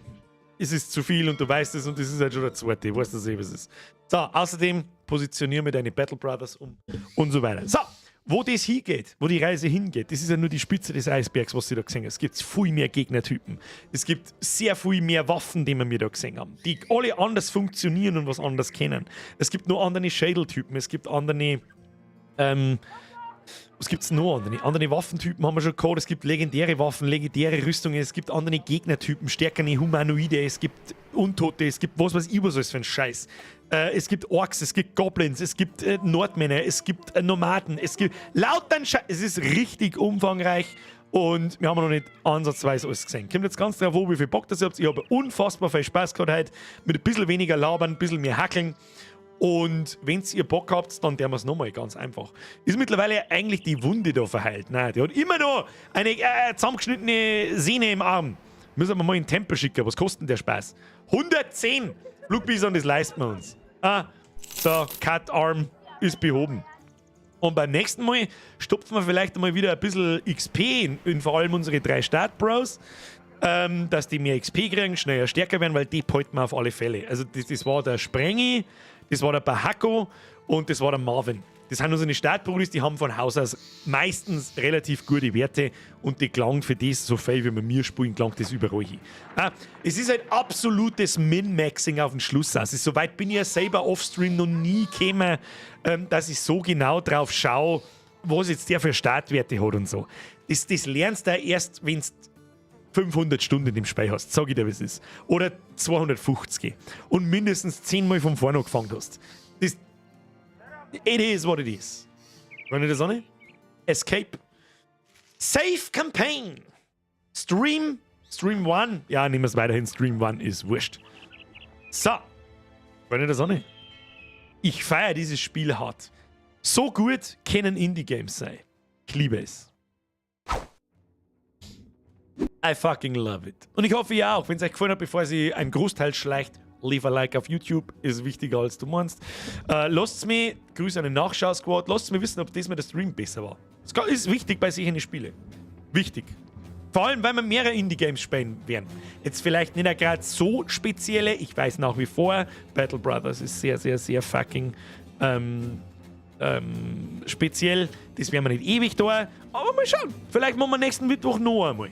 Noch ein letztes Mal, wer weiß. Und vielleicht dazwischen immer wieder einmal. Halten wir einfach den Spielstand und spielen wir, wenn er Loch ist. Oder wie auch immer. Schauen wir mal.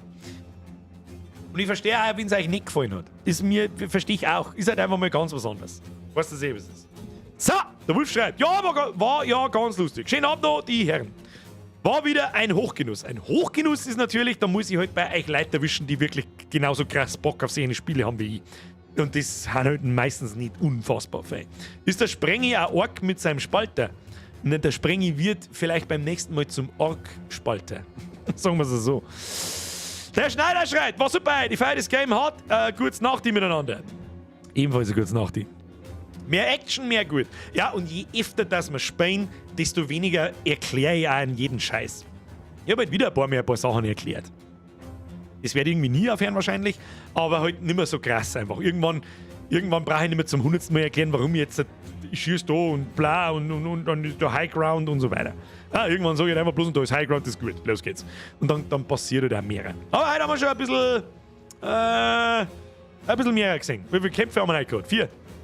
3, 4.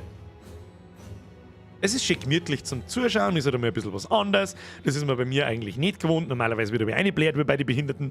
Wir haben ja auch lauter Behinderte, aber was es ist.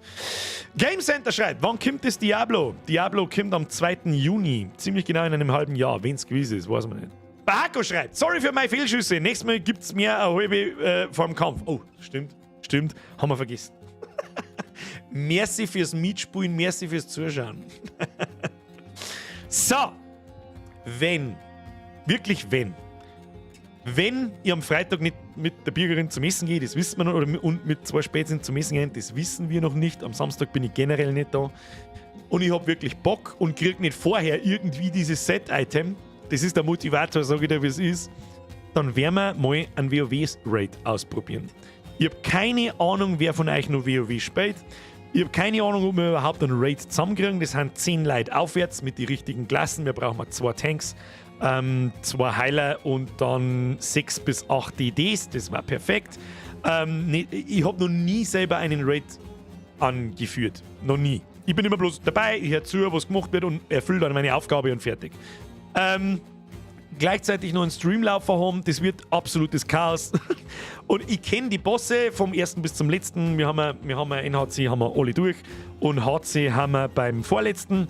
Den haben wir aber noch nicht wirklich anständig getried, weil wir halt einfach nicht mehr mit so viel Leid, wir haben alle erwachsen, der 3/4 davon hat Kinder, mir da 8 Stunden am Tag in den Raid lunzen, sondern wir haben am Sonntag auf die Nacht und da spielen wir 2-3 Stunden und dann kommst du halt einfach nicht weiter. Ja. Obi, hast du schon mal Definitely Not Fried Chicken angeschaut? Nein, das kenne ich nicht. Wer dich mal, was ist das? Weiß ich nicht. Schreib in den normalen Chat, du brauchst es nicht per Donaten umeinander tun. Und es wird folgendermaßen laufen, für alle, die mitspielen wollen. Bitte, und das meine ich jetzt weder BS noch irgendwas, bitte kommt mir nicht mit einer heute erstellten 319 Gearscore Gimps, Hauptsache immer. Ich weiß jetzt auch nicht, ob ich irgendwie ein Gearscore Minimum anlegen soll oder nicht. Für normal eigentlich nicht. Aber 375 oder 380 oder so, oder 385 soll er da schon haben. Damit wir da nicht ewig umeinander gurken und Leute durchcarryen und weißt du eh, wie es ist.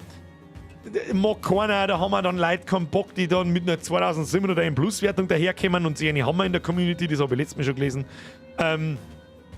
In gewisser Weise lasse ich mich ja auch carryen, aber ich habe es innerhalb von einer Woche geschafft auf 398 mit einem halbwegs passablen Gear. Da kann man mit einem Bruchteil der Zeit 380 bis 85 erreichen. Bitte, danke.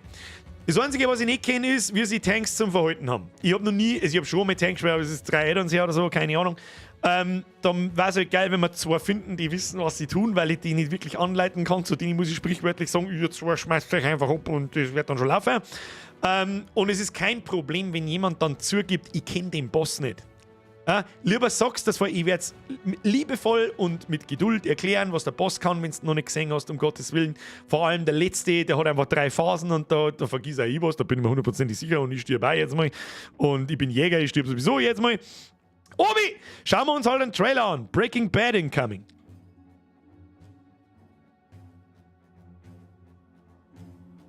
Wie heißt die Scheiße? Wie heißt diese Scheiße? Einfach nur, weil es mich jetzt auch interessiert. Definitely Not Fried Chicken Trailer.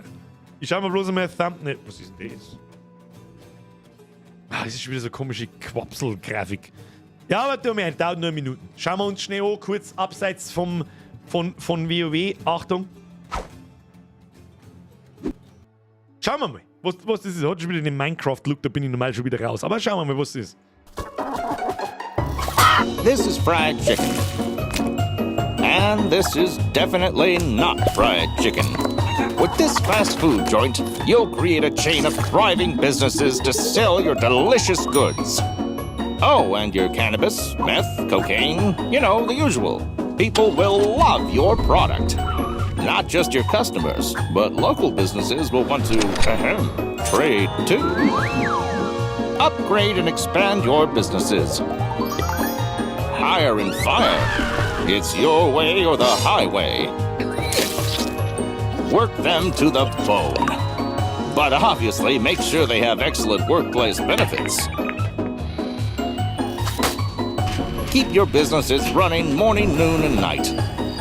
And don't let something trivial like the law or competition get in the way of your good, honest commerce. Definitely not fried chicken. For all your legitimate fake business needs.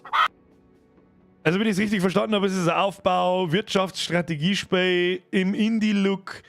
Du memest einen Kentucky Fried Chicken, also ein Fast-Food-Restaurant, und im Hintergrund baust Drogen an, verkaufst die und machst Bandenkrieg und so einen Scheiß. Kommt ganz drauf an, wie weit das Spiel ist und nicht wieder irgendeine unfertige Early Access-Rotze, wo man halt nichts mehr. Birgers Bubertsbude, richtig. Kommt auf die Liste. Kommt instant auf die Liste. Wer war das? Obi, guter Vorschlag für unseren Indie-Game-Micker. Sehr schön. Schaut jetzt nicht nach einem AAA-Game aus. Sehr schön. Obi, gut, dass wir geschaut haben. Merci für die Donation, merci für den Vorschlag. Haben genau die Spiele, auf die ich Bock hab, diese Aufbaugeschichten. Super awesome. Flo! Wieder nicht angezeigt worden. Flo, das ist 2 und du weißt es. Wem erzähle ich das? Schönen Abend noch. Kauft einen Kasten Gustl. Ich glaube, einen Gustl kriege ich nicht ganz für 20 Euro. Aber dann kaufe ich mir ein Achtzehntel davon. 17 Achtzehntel davon. Flo, merci dir. Pizza Connection nur mit Drogen und frittierten Gockelmann, ja. Also, zurück zu WoW. Dann, das nächste ist, ich mag da nicht irgendwelche Kack-Gims durchziehen, die mich nicht kennen, die mich nicht schauen, die mich nicht verfolgen, die überhaupt nicht was weiß ich. Und das wird zwangsweise passieren, wenn ich in den Raid einlade. Darum, jeder, der mitspielen will, am Freitag, wenn der Stream stattfindet, ich hab's noch nicht versprochen, wie gesagt, wenn ich nicht da bin, bin ich da, it is what it is. Aber wahrscheinlich suchtelt es mich so hart, dass ich zur Bürgerin sage, ja, ich habe einen Streamer können, weißt du nicht. Bro, jetzt langsam auf den Karten! Weißt du, jetzt sitzen wieder 100 Leute daheim und meinen, das habe ich mit dem Kasten nur gesagt, damit du nochmal was nachwirfst. Es gibt Leute, die haben mit Sicherheit, die haben so blöd. Die das glauben. Flo? So war's nicht gemeint. So war's nicht gemeint. Rest in Peace, Headphone-User. Merci dir. Schluss jetzt. Ja, und alle anderen auch. So! Nochmal WoW. Wer mitspielen will. Ab in meinen Discord. Nicht jetzt. Am Freitag dann. Da werde ich es auch nochmal erklären. Im Discord, wenn er da noch nicht drin ist, generell mal Ausrufezeichen Discord in den Chat einschreiben, dann kommt der Link. Schreibt jeder in den Gaming-Schmerz der mitgemächt, seinen Namen, mit dem er sich bei mir im Radio mate und sonst eigentlich nichts. Wenn ich dann in-game deine Einladung in dem Raid sehe, dann nehme ich sie an. Wenn ich deinen Namen vorher nicht in meinem Discord gelesen habe, lehne ich es ab. Wer das nicht auf die Reihe bekommt, das ist wirklich nicht zu viel verlangt, dass wir nicht irgendwelche Klappspaten mitnehmen, die jetzt irgendwo dazwischen bleiben. Weißt du sie? Für den WoW-Raid. Und dann schauen wir mal, wie viele Leute das wir überhaupt werden, ob wir überhaupt einen Raid zusammenkriegen. Das ist einmal das oberste, der obersten Dinge. Und dann kannst du mir beim Umeinanderfällen zuschauen, weil wenn ich aufpassen muss auf Sachen, die passieren und die Leute ein bisschen anweisen muss und so, dann kann ich meine eigene Klasse nicht mehr spielen, die ich erst seit einer Woche spiele, auch wenn es bloß eine 4-Tasten-Klasse ist oder in dem Fall eine 6-Tasten-Klasse. Das wird ein Chaos. Das kann lustig werden. Kann lustig werden. Schauen wir mal. Bin ich gespannt. Bin gespannt, wie viele Leute das wir zusammenkriegen. So. Friends of the Sun and of the cheap alcoholic products. I thank you very much for watching my stream and interact with it. Thanks for chatting, thanks for the donations, thanks for the subscriptions and welcome to the new members of the Full Beer Squad. Kann man das so übersetzen? Weiß ich nicht. Vielen herzlichen Dank fürs Zuschauen. Küsschen aufs Nüsschen. Danke für die ganzen Donations. Ich hoffe, Sie hatten Spaß. Ich hatte super Spaß. Die 2 Stunden haben vergangen wie im Flug. Vielen herzlichen Dank. Danke fürs Liken. Danke an die Twitch-Bots, Hardcore-Bots, Triple F für die Moderatoren. Wenn ihr mitmacht, kriegt ihr noch einen Noschcard und jetzt verpisst ihr euch. Jetzt gehen wir, ich muss noch ein paar Inis laufen. Bis Freitag muss ich mich equippen. Oder mir das Set-Teil holen, damit ich am Freitag nicht streamen muss. Und jetzt schleicht euch. Ich wünsche euch, wer nicht zuschaut am Freitag, vorab schon ein schönes Wochenende. Hauen wir nicht mehr lang hin. Und verpisst euch. Halt! Das waren habe ich dir.